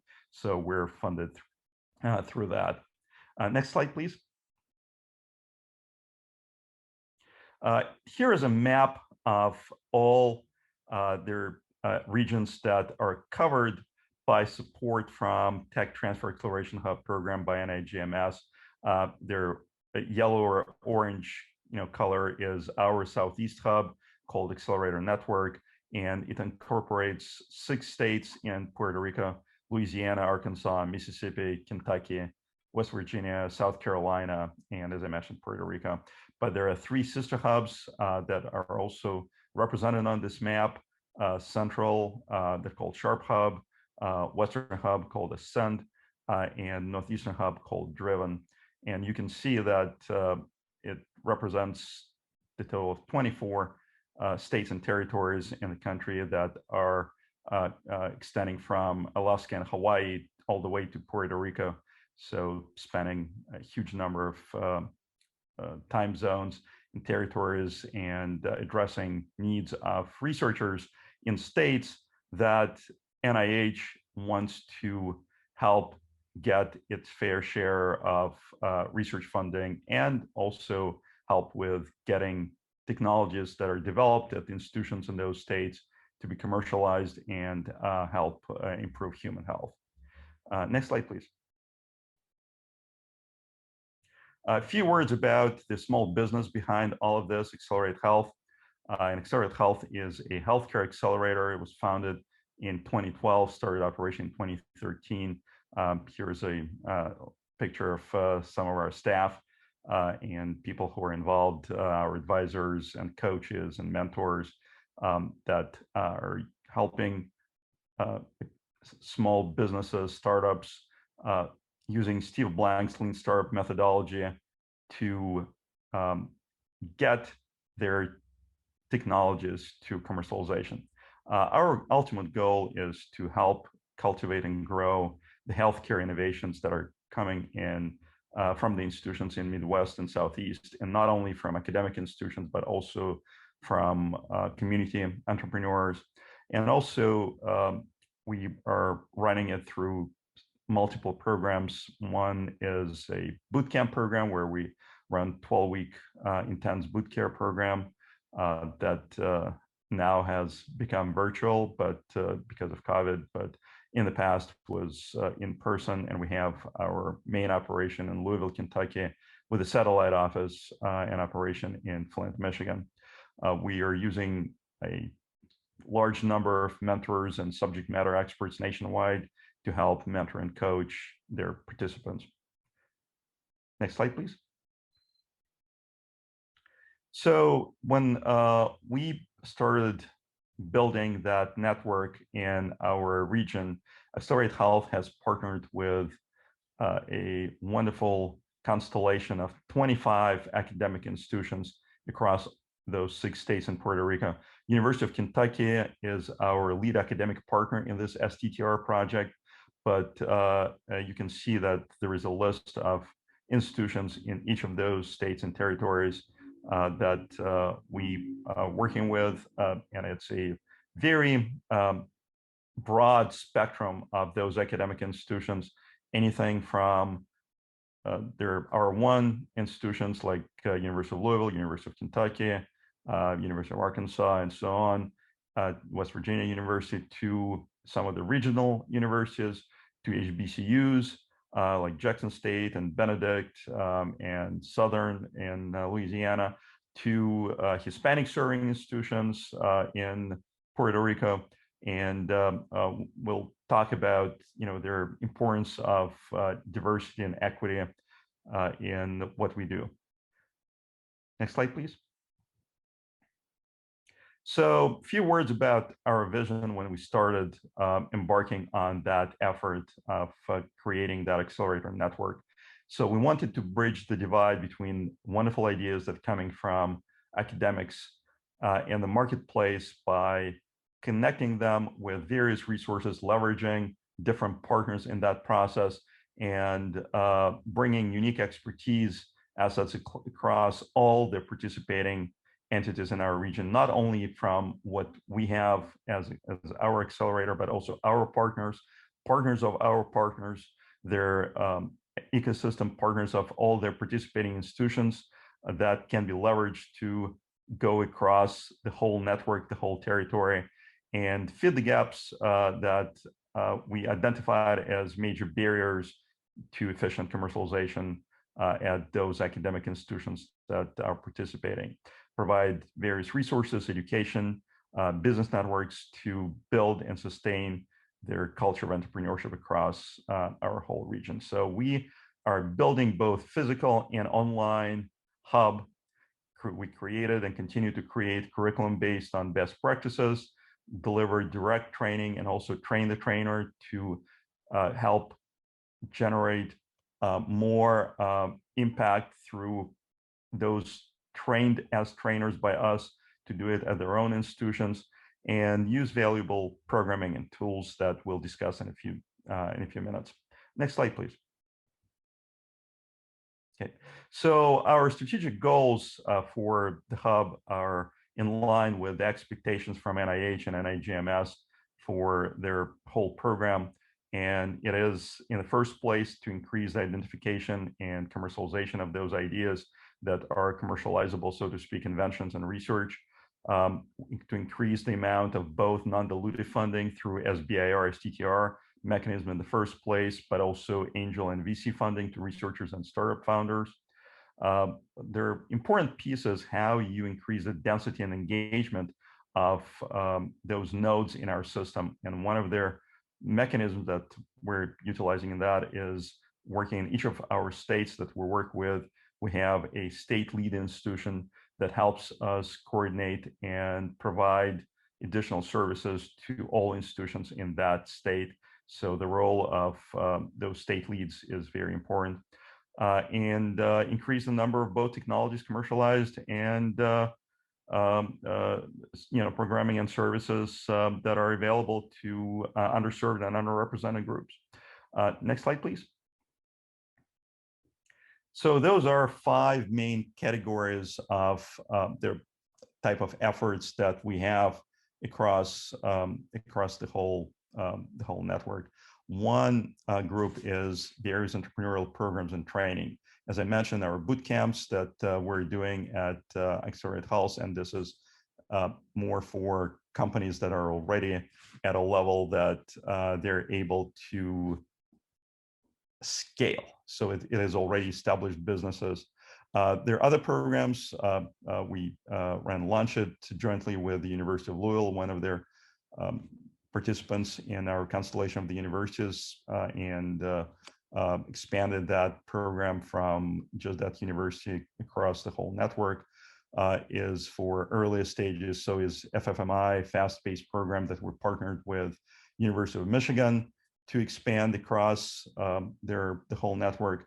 And those are curriculum-based and practical implementation-based programs for entrepreneurial support. Our talent network, and we'll talk about their executives on roster in a few seconds. It is a very exciting program for us that we partnered with the University of Kentucky and licensed that trademark from them and rebuilt that program from scratch. We'll talk about what it does and how it matches the talent that early stage startups seek with people who are willing to offer that. We provide multiple webinars and podcasts. A lot of them are related to SBIR and other things that are connected to SBIR, including FDA and drug repurposing and tech transfer. So those are very well-attended events.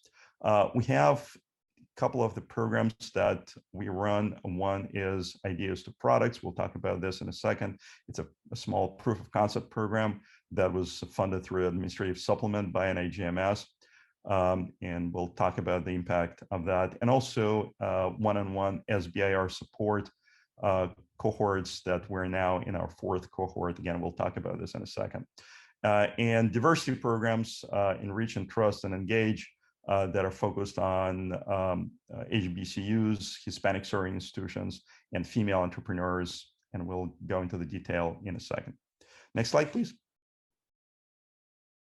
Okay, so this is we'll build that slide step by step just to show some of the details that are available through what we do. One that we started with, we created an interactive map of resources, mapping out various things that we build on and help connect in our region, from academic institutions to incubators to accelerators. We also have a social wall on our website that we can see immediately connected to multiple institutions in our network to see what they're doing in that space. Our talent resources, that executive on roster, we now have 30 universities participating, 83 teams of entrepreneurs, and 143 executives on board. Next slide, please. We have a subject matter expert network that we built for the custom discovery matching and the conversations that is a big part of their methodology. Their lean startup methodology is customer discovery, which is a huge piece of understanding why the problem that startup is trying to work on is a real problem and not just a solution in search of a problem. So getting that guidance from your customers, from your different constituents in the healthcare space, from regulatory to reimbursement to hospital administration to clinicians to nurses, is a big part of that. We built several and partnered with a few others to expand their commercialization programs. As I mentioned, FFMI launched it and our own virtual bootcamp. Next slide, please. There are diversity programs that we have. One is Enrich, which is HBCU focused, and Trust, HSI focused, and Engage, that would be women focused. Enrich has been launched in their summer, early fall of last year. We're launching Trust, which is Hispanic serving institutions, launching it in the next couple of months. And at the end of the year, we'll launch women-focused Engage effort. Proof of concept funding, as I mentioned, their idea to products. We'll talk about this in a little bit detail in a second. Next slide, please. SBIR support programs, from our SBIR corner column to multiple sections where we provided guidance for our participants, original content with war stories from successful entrepreneurs and the venture capitalists talking about the importance of SBIR, and if they went through that program themselves, what kind of lessons they have learned, including the mistakes they don't want others to repeat. And we solicit and run their one-on-one support program through that as well.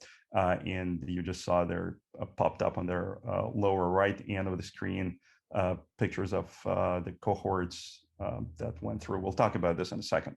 Next one, please. We also have a couple of new pilots that we'll talk about in a second, about creating researcher profiles and connecting them to subject matter experts that they're interested in helping them with both customer discovery and possibly role with the company and vice versa. Next slide, please.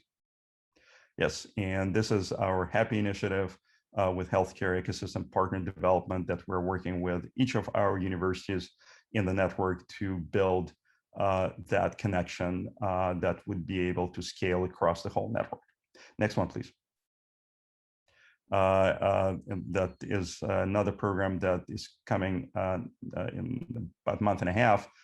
It's training for angel investors for life sciences that we will help educate those who want to invest but are not very familiar with that, not have that much of experience, but help them understand their special issues with investing in life sciences versus high tech and software. Next slide, please. Okay, so this is our signature commercialization programs. As I mentioned, one is that SBIR STTR one-on-one support cohort. We've run a number of those. We're in our fourth cohort, having representation from each of their states in our region. People are coming from multiple universities, and most of them are people who have never applied, some that have applied but were not successful and want to learn what would be the best way of thinking through their non-dilutive funding and what is the role of SBIR in getting their products to the market. The difference in our approach is that we're focusing from the angle of commercialization, not just getting the funding. Our angle is to analyze their business proposition for the company and their path to the market, and then identify what type of additional research would be needed specifically to get the product to the market faster, and then work with the teams to connect them to the right institute and get all those meetings in place that program directors talked about early enough to have that conversation in advance. And we're recommending the same tools that were brought up. Matchmaker is a fantastic tool and some others as well. Next slide, please. And our ideas to products is that proof of concept program that I mentioned that we had run with 7 recipients. Next slide will show a little bit more on that. Next slide, please. Yes.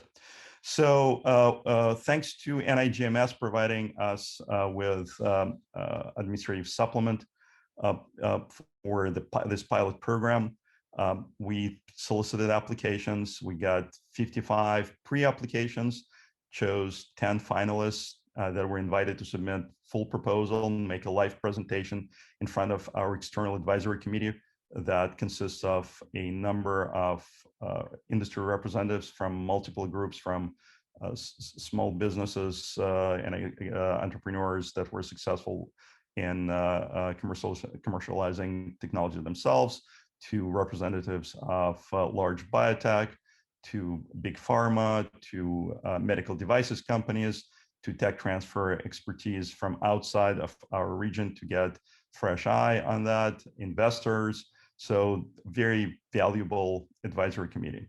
So some of the finalists that were out of those 10 were members, were representing institutions that were not a part of our network, but were part of in-break programs in each of the states. And that was important for us to open it to all NIGMS funded institutions. So 7 best scored applications were selected for funding, and those are shown on that screen.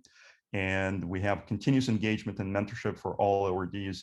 We have a program director for I2P who is in continuous contact with each of the applicants and working with them throughout this milestone-based program, making sure that this is not a basic science project that is a purely proof of concept going through go, no go decisions at each of the milestones, each of the steps, and building a product passport for each of the technology that they're developing, which is a unique and very valuable tool that at the end of that program, those teams will have that will be very valuable for both SBIR, STTR application that all of them are either applying, have applied, or will apply in the next solicitation cycle in September to get further development of those technologies. Next slide, please. So for our SBIR, STTR support programs, we built that portion of our website where we have multiple modules that show both original content and highly curated links to established resources that we believe are very valuable and helpful to specifically to the type of the audience, the researcher that we work with.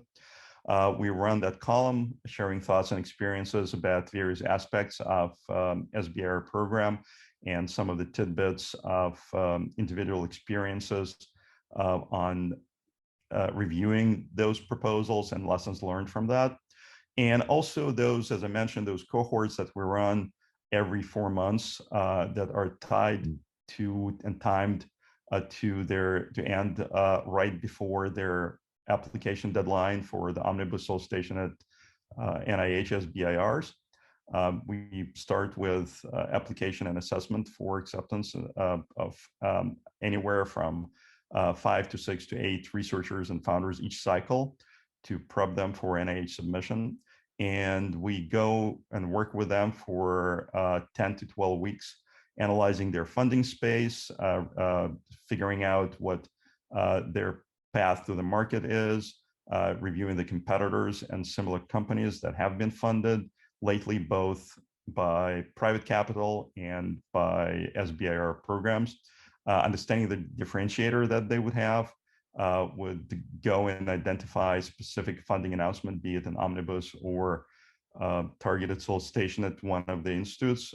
And some of them we actually direct away from NIH and towards NSF that has a slightly different angle on how they view SBIR programs, and it may be more appropriate for their application. We'll hear about NSF program tomorrow from Dr. Soriana from NSF that has managed multiple programs at NSF, both SBIR and now PFI, and he is an expert in healthcare space. And we make sure that there is a direct engagement and continuous engagement with the funding agency and those interactions with program directors and others that they recommend to engage at their institutes throughout the preparation of the application. Next slide, please.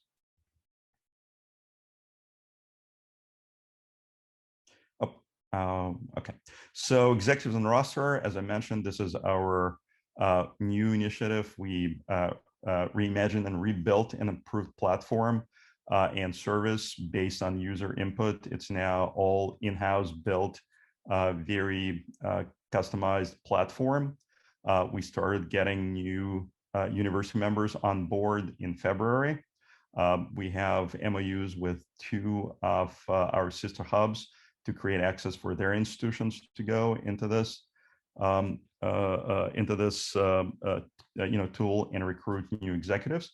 And as I mentioned, this is a one-on-one brokering service, very hands-on engagement with through the University Tech Transfer Office that places their startups and spin-off companies onto the platform, and we work with them to get them matched with.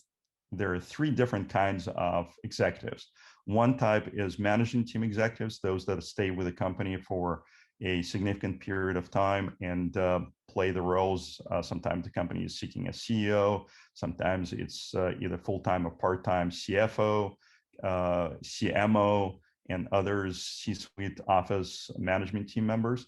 The other type of executives is advisors, that people who are engaged on a shorter term basis, but are also very valuable.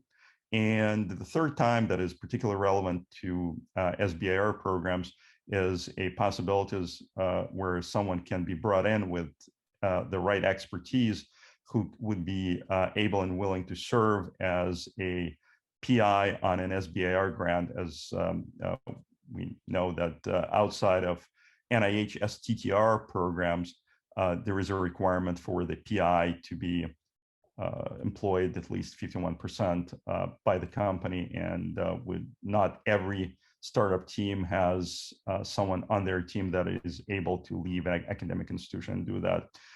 So for SBIRs and STTRs outside of NIH, this is a very important piece that company is seeking. Next one, please. So a few words about Enrich program. That's our first one that we went to their space of support for our underrepresented entrepreneurs, in this case, HBCUs.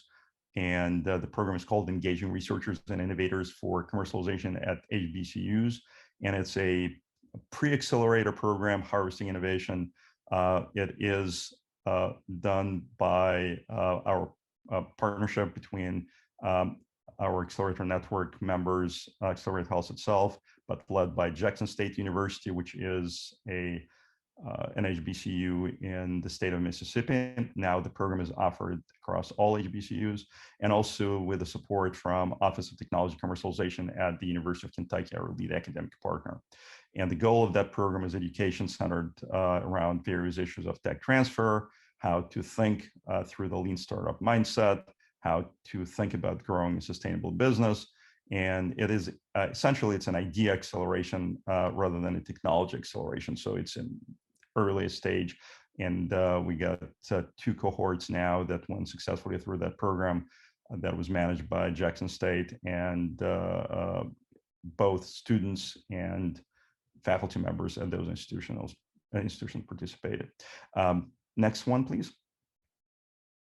So there was very well received, got multiple great press support, and this is an article in Forbes that was published about our program. Next one, please. So as I mentioned, 3 programs that we're ultimately are going to build. The first one is Enrich, and that has started already. We're the final stages of finishing working jointly with their Puerto Rico Science, Technology, and Research Trust, our state lead in Puerto Rico, with a program called Entrust, which is HSI focused, and it's engaging technologies and researchers from underrepresented schools for translation. And their last one that we're going to be building at the end of 2021 is support for women-focused programs, entrepreneurial growth, and acceleration with gender equity. Next one, please. We have on our website, as a part of our website, we have various resources that are available as recordings similar to events like this. Their recordings will be posted and linked through that website as well, and I'm sure there's multiple others. And we had several events like thinking about regulatory pathways for phase 1 SBIR companies by CMO of a company that went through multiple SBIRs, and demystifying that process and thinking about the regulatory pathways is a very important issue. It's a lot of people are afraid and don't want to touch that because they don't understand how it works, and making it less scary is very important. Navigating FDA, various tech transfer series, there are multiple other events and stories and newsletters and podcasts that we produce. We all put on that website, and it's in open access for anybody who wants to come and see it. Next slide, please. This is a subject matter expert community that we have built to help researchers and entrepreneurs better understand the marketplace. So this is the group of people where our entrepreneurs can call on to go on a short customer discovery call, and it's typically 15-20 minutes call with an idea of that you're not talking about your solution. You're not even mentioning your solution. You're trying to validate that the problem that you were developing your solution for is a real problem before you go too far investing resources and time building that solution. You want to really know that that is a true problem and not just a would be nice to have it solved, but it's okay. It's much more preferred to go after things that must be solved, and that is something that your constituents are losing sleep at night because it is a problem that there is no solution for. So this is a group that our entrepreneurs can go to and connect with them. Next slide, please. So those are two of the new initiatives that we're doing right now. One is this Healthcare Ecosystem Partner Initiative, HAPPY. We're asking each of our 25 academic partners to identify one of those, either a hospital or a payer organization, insurance company, or pharma, and one innovation champion across inside that organization, and the way to engage it for the benefit of the whole network. So that is how we can become a bigger school of fish, so to speak, instead of trying to solve everything one by one. Each institution, we partner as a group of 25 and scale it across the whole network. Very excited about this new program. And the other one is our researcher profile page, subject matter expert pilot, where our program participants from several programs, including SBIR support, I2P, our bootcamp participants are highlighted on the website with a detailed profile, what they're working on, what kind of needs they have. And then we reach out to the whole group of subject matter experts, inviting them to connect. So it creates a two-way street. Next one, please. So this is pretty much the end of my presentation. This is my contact, Eugene at XLerateHealth.com.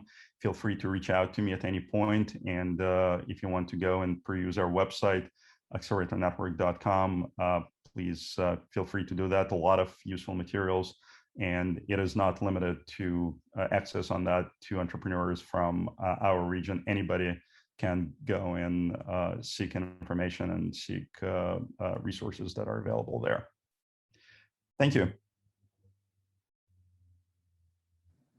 Thank you so much for that lovely presentation, Eugene. That was extremely thorough. And we have 2 minutes left, and we actually have 2 questions in the chat that I figured if you wouldn't mind answering, I think that'd be very helpful. So one of these questions you actually did touch off with your XLR program, but does XLerateHealth ever act as the SBC for applications? We do not do that. We are the only business that we are in is entrepreneurial support.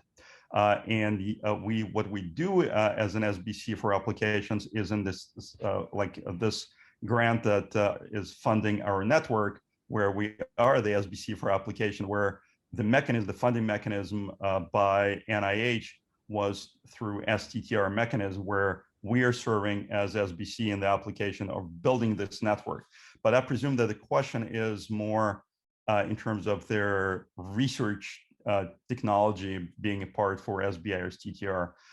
We typically do not act like that, but we can help connect with other people on the platform. The XOR is a great platform for that, and help build the team to be able to apply. Or we can also help create an entity and build either an LLC or a corporation, for-profit business to apply for SBIR. Thank you so much, Eugene. And one more question, actually two more. I feel like we can get to these. Will your XLerator network help clinical trial projects in heart failure, especially FDA and phase 2A or cardiologists and site alignment? It's a good question. Would love to have a conversation with that team. Reach out to me and we'll talk about some of the specifics. It's Eugene at XLerateHealth.com.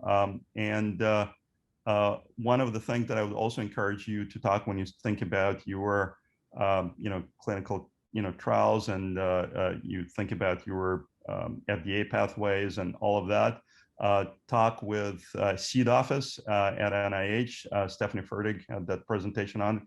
Chris Sasiela is a great person to speak about all of this, especially if you have any kind of NIH lineage in your funding. That would be the great office to reach out to.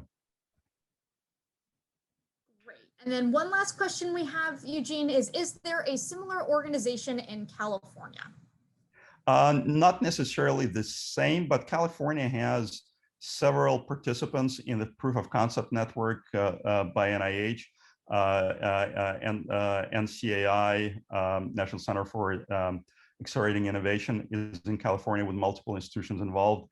I would recommend you to reach out to them. I don't know if Stephanie Fertig would be able to provide the contacts for them, or you can reach the seed office. And I think that Ashim was on the call on that conference today. Maybe Ashim can comment on this and provide the contacts in California. That is correct. Ashim now handles all of the NCAI centers in addition to the REACH ones. So if anyone wants to be in touch with him, please feel free to reach out to me and I can connect you. If not, his contact information will be on the seed website. Okay, well, thank you, Eugene, so much for that wonderful presentation. It looks like we are done for the day in terms of our live presentations.